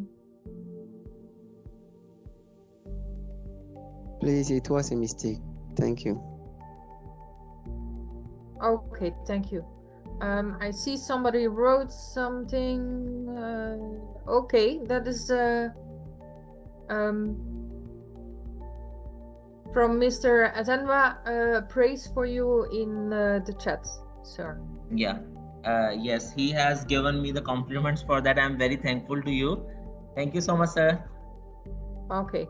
Any other questions here?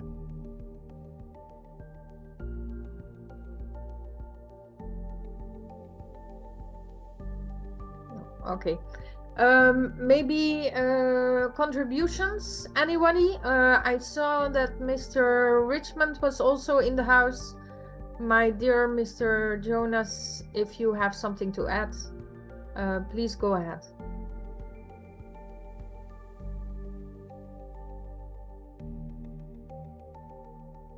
Thank you, ma'am, for the opportunity, and thank you, Mr. Hassan.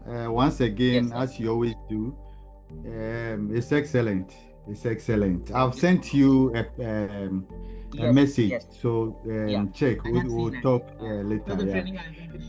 So to say everything is excellent, I don't have, much to say about what my brother have already said, because he has done justice and excellent to his presentation. All that I will say is tomorrow we'll be meeting, so the person who is asking for the exams here and there should just relax, and tomorrow evening we'll meet and talk about the exams extensively. Although yesterday we did mention about certain things, but tomorrow is the day for exams discussion, so everybody should just relax and stay tuned for tomorrow discussion on the exams. Thank you.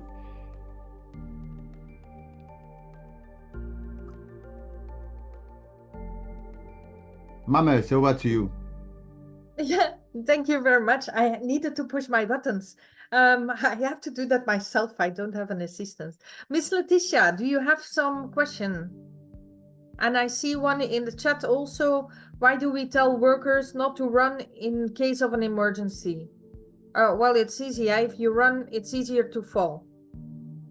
So you hastily stop and not run, because you're more likely to fall. And if somebody falls, everybody will fall. So, Miss Letitia. Okay, thank you so much. They said tomorrow we will be here for exam discussion. Does it mean tomorrow we are not doing the exams? No, tomorrow is the discussion about how the exams are being held, which is a new thing since the last course, so I cannot explain too much about it. Apparently it's a Zoom exam now. You will hear about it tomorrow with the presentation how the exams will be held. And also tomorrow you can ask your questions that you still have that you didn't understand from your manuals, which is important because I think they now have a week in between or something. I'm not sure when the exams are. So they are granting you a week extra. Normally the exams would be on Sunday, but it changed also. You will hear about it tomorrow. We make agreements tomorrow when it will be and so on. And alternatives if somebody really cannot attend. Things like that will happen tomorrow, and revision and questions and contributions, opinions. It's important for you to communicate to us also what we can improve in our course. And we had some have some recurring questions which we tried and it didn't work and so on, but we can talk about this tomorrow. Miss Solomon, you also have a question, because I see in the chat there is another one. Okay, it's good evening. It's not a question, it's just a contribution to this exam that is coming up. So it's obvious that the class today is fuller than yesterday, because we have almost 50 persons participating in this class today, and yesterday we had like 28 persons. So yesterday we Mr. Emmanuel and I've forgotten his name, sorry. Yeah. Deputy Governor. Sir? Yes, like I said, we have 6 minutes to close up, and let's concentrate on today's subject. Let's leave the exams for tomorrow. We said tomorrow we are coming same time. So if you want to know anything about the exams, please join the class tomorrow same time, so that we talk about that. All right, thank you, sir. That's all. Yes, so that we don't waste Mr. Hassan's time talking about different issues. But there was a question about an emergency where a machine is running. I think that question has been answered, right? Yes, it has been answered, but as a specialist, please, we appreciate your opinion. I think also pointing out to the class of fire safety, it's been said there also what you need to do. You already know, dear people. Oh, okay. Okay, so one, in terms of emergency, the only thing you cannot do, I want to stress that aspect. what you cannot do is to go back to your belongings, either your phone, your bag, whatever it is. You cannot go back. But if you are standing by a machine, if you are driving, whatever it is, once you hear the alarm sounding, just be where you are. If you are driving, stop off the engine wherever you are, come out of the car and move to the assembly point.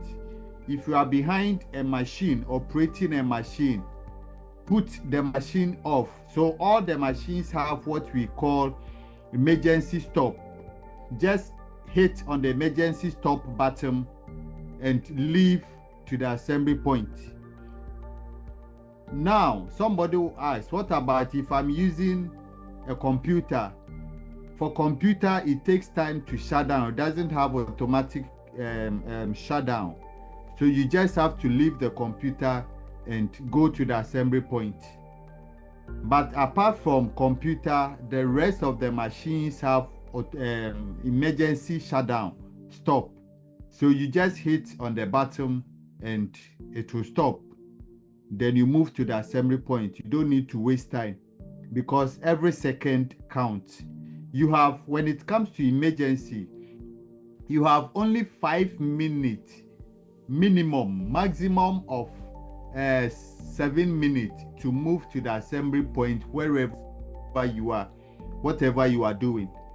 And no matter the distance of the assembly point, you have not more than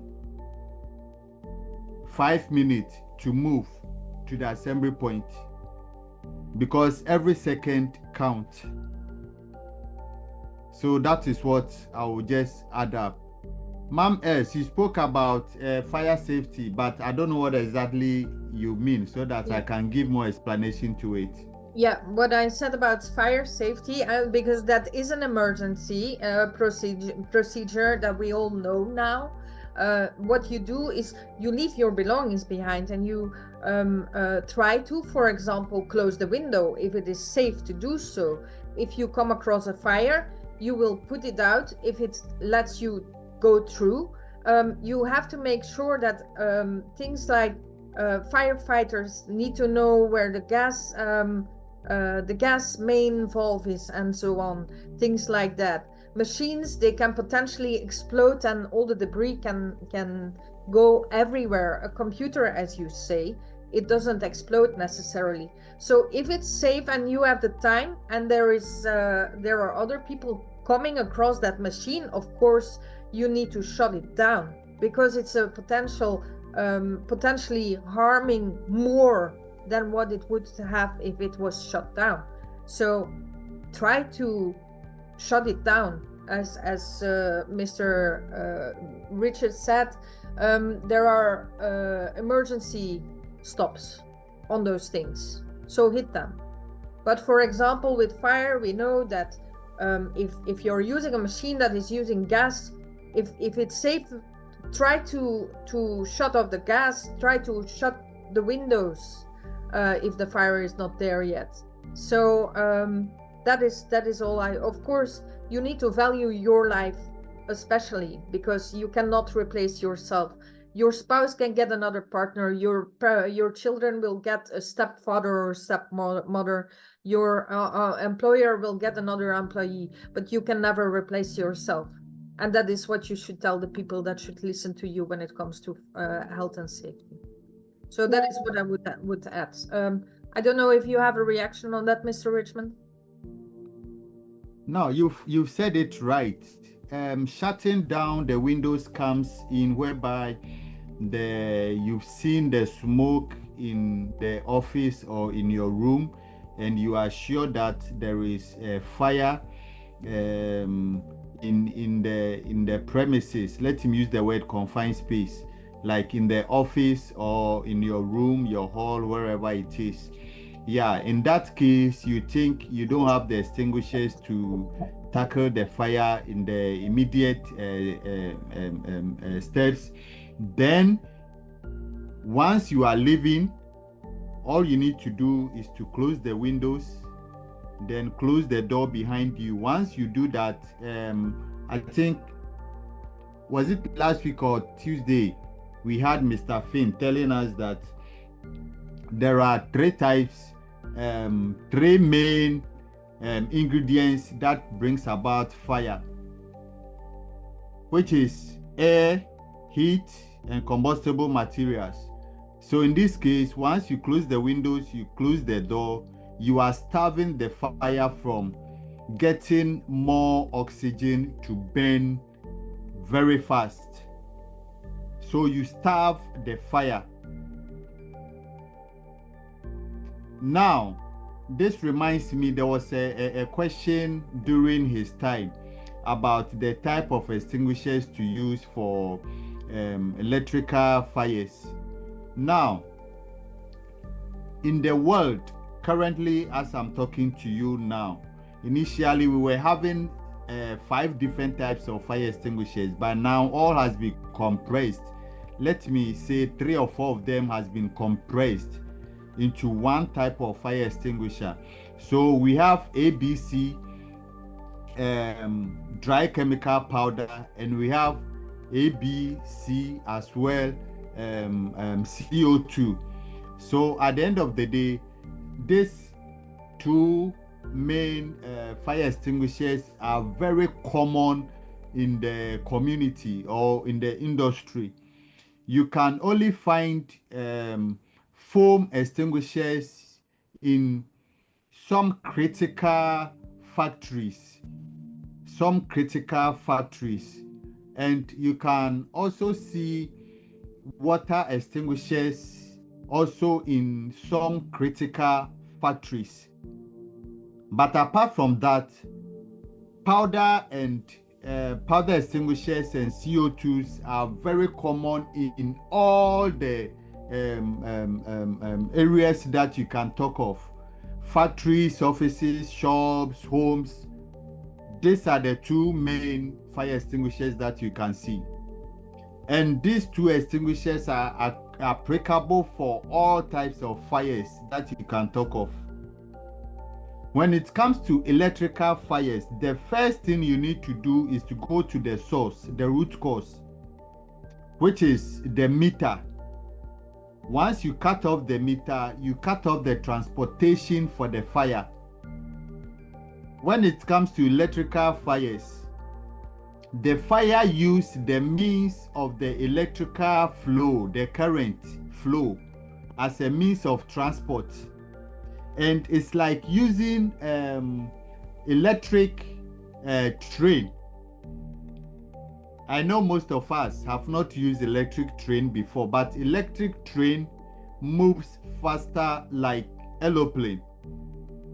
It's very fast. Within a second, it will be where you cannot think of. Let's say it can cut across 100 kilometers within a second. So the same way the electric current flows with the fire, within a second, it runs through the circuits. So the first thing you have to do is to shut that electric current down by going to the meter and shutting it down. Once you shut it down, you can find the fire where it is. So you have time to fight it, either with the CO2 or with the powder. But in this case, CO2 works more better because CO2 is air, and air, even in a confined space, there is air. So once you use the CO2, it's able to enter all the confined areas, like the tubes, the trunking, the PVC pipes. The CO2 is able to enter all those areas, so it's able to work more faster and efficient than using the powder, because the powder only needs to get the surface contact and cover the surface contact from air entry. So CO2 works more efficient and more faster with electrical fires. But first of all, you need to shut down the current from flowing. Either than that, you'll be electrocuted whilst you are using the CO2, because CO2 contains particles of icy content which can be electrocuted once it gets in contact with electricity, and the electricity will be transferred through the means of that CO2 into the bottle, and once you are holding the bottle, you get electrocuted.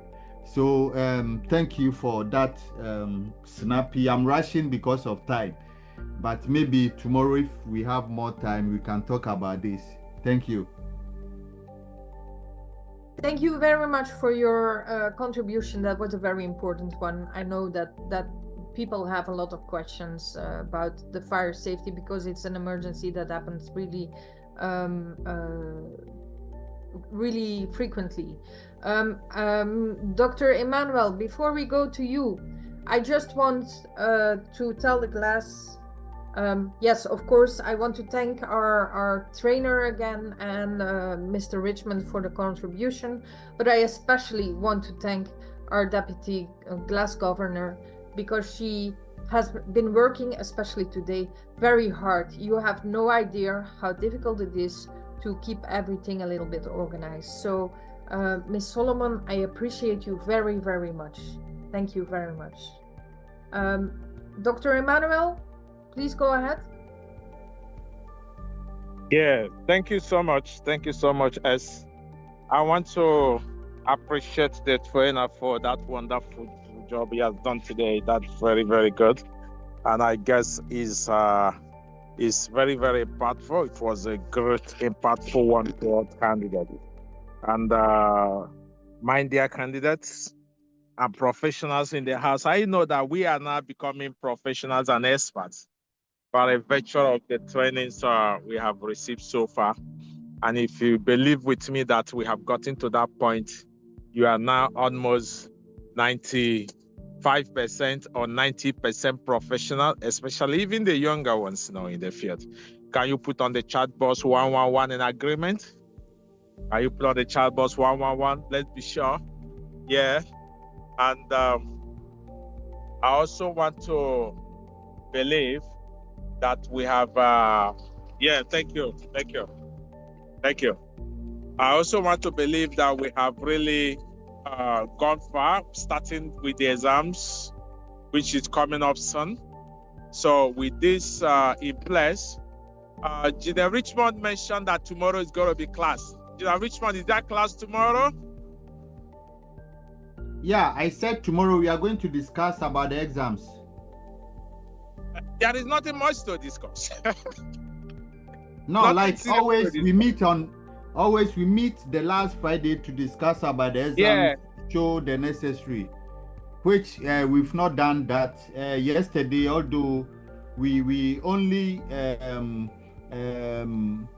find let's say the day the exams will be done, whether we should do it on Friday or Saturday, and we all agree that we should do it Saturday to Saturday to Sunday. So we've agreed, but they need to know the modalities, because either than that is going to be a headache and for some people. So we'll meet maybe for 1 hour to discuss on that. Okay, fine. If that is okay by the candidate, that is good. But I was trying to suggest maybe we allow them to use tomorrow to do revision and listen to all the recorded versions. That will help them to synchronize well and prepare for the exam. That is just my own idea. I don't know. So if they are in tune and they welcome it, that is fine. Yeah. So engineer, you and I know that for the lectures, it's not applicable in the exams. It's your manual which is applicable, so they need to learn and hope by now they've learned their manual. Yeah, but if they follow the process, like the students, the scholarship students, to make it easier, focus on their 2 courses, not all the whole courses they have learned for the 2 weeks. It's just knowledge. then those for manager knows the courses they are doing, supervisory officers, then it's fine. But if that is okay, I see support, I'm available. I have no job, so that's the job. That's So, fine. That's yeah, fine. if you want to do a pool, fine. You do a pool to find out. If not, I'm still behind you. I'm available. Yeah. Okay, then class governor, do you agree that we have class tomorrow to discuss about the exam, so we do it now? Okay, thank you very much. I think we should be giving a day for that, please. We should be giving a day for that, considering that we've had classes all through the back, so to enable us sit back, synchronize through all the lectures we've received. It will enable us at least for a full participation, so that it doesn't look as if maybe after the lectures, exams follows, because there are some persons who have not been following up with the lectures. Me particularly, I chatted Dr. Lee some weeks ago. I told him I fell sick while I was offshore, so I couldn't join the class for some days now, not until those evening that I came back. So at least if we are given a day to help us go through the courses which we have missed, it will help. That is my suggestion. Thank you, sir. Okay, thank you. So now if the class agree that we suspend tomorrow's class, then let's have it on the chat. 111. Hey, we are about 36, but only 10 people have responded. Mr. Amos also has raised his hand, so maybe. Okay, Mr. Amos. Sorry, sir. You said suspend the class for tomorrow. Is it so that we'll go back to our manual, or I need an clarity, please, so that I will know what to vote for? Okay, what we are saying is, we normally have the last day, which is Friday. We discuss about the exams, how it's going to go, how you are going to get your exams questions, how to go about with the questions, how to submit, and all those. We discuss about that, and we also take our time to maybe answer for the very last time questions that was not able to ask. Okay, yeah, so this time round we are asking that, is it possible that we continue, or we allow you people to use tomorrow to study, so that Saturday you do the exams? Okay, sir, I get you, sir. So can I say something? Or better still, if you want us to discuss it now. Okay, sir. Can I say something, sir? Yes. Sir, education, about the exam is very, very important. How to do the exam, just like you said, how to submit is very important. I think the initial plan is okay for me. In the course of tomorrow, initially proposed a class, I think having deep knowledge on how to handle the exam is very, very important. You can also use that tomorrow to do just a brief kind of a review or recap, or on as in just an overview of the courses that we have taken so far, so that at least those people that, like the brother that said he skipped some class, we can just do a review of those courses. I think having knowledge about how to handle the exam is very, very important. You may have a deep knowledge of your course, and well, I don't know. I don't think there's anybody that may have such an issue, but some of us, this is our first exams when it comes to these programs. We need to be educated on how to handle it so that we will not mess up. I covered the fee. I told you that, except he's an outsider, I will tell you who to charge. But anybody that tells you he's from me, just know that the password is Clinton. Anybody that does not say it's from Clinton. Mr. President Clinton, we thank you Yeah. for your presentation. I don't know if that was meant for us, but if that is your password, I suggest you now change it. I agree with Mr. Amos actually, because I am not aware of how many delegates we are actually, but I don't think everybody's here because we had classes with more than 50 people attending. So I suggest we just keep our schedule like it was announced in the program. And I'm sorry, Dr. Emmanuel, but I needed people to know what my OGA looks like. And I hope you, since you are drinking something, I hope you drink something on our health. Thank you.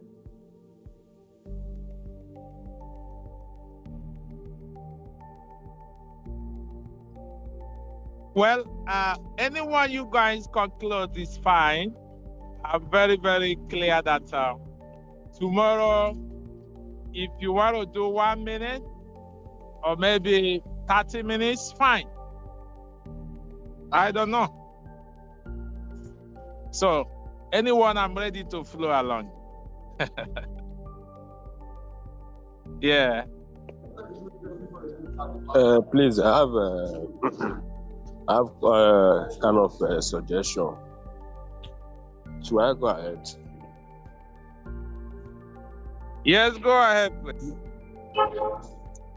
So about the exam instruction, I think the exam instructions during the email, I think they should have to follow the process through our email. At least we can read it and understand it well, because this class of 18 network is giving us an issue.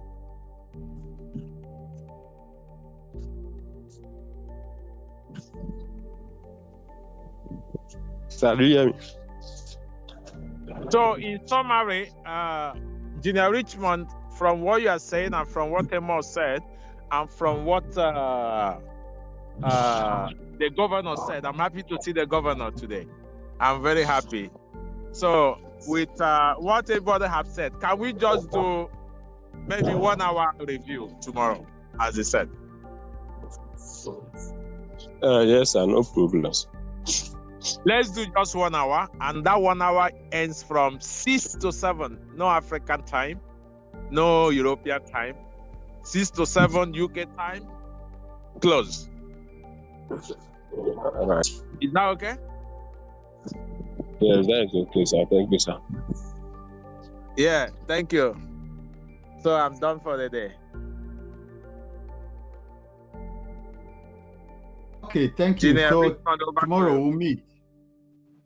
We'll meet tomorrow to discuss about the exam. So keep your fingers crossed. All the questions you have, save it for tomorrow and we'll handle it for you. Please don't hesitate. Don't be afraid. Don't go in for any medicine. Don't put your feet in water to study, and don't try to take coffee because you want to study or anything. Just relax. The questions are very, very cheap. Once you study your manual, the questions are very, very cheap. And I know all of you are brilliant students and you are going to get 100%, all of you, with all the manuals that you have.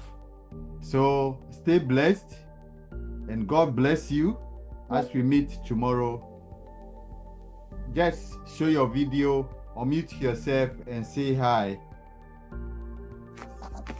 Hi. Hi everyone. Good night. Bye. Hi. Good night. Hi. The queen, And I'm not tomorrow, I'm very free. No drink yet. Yes, don't drink. Bye. Yeah, thank you everyone. Yeah, bye. Bye, please.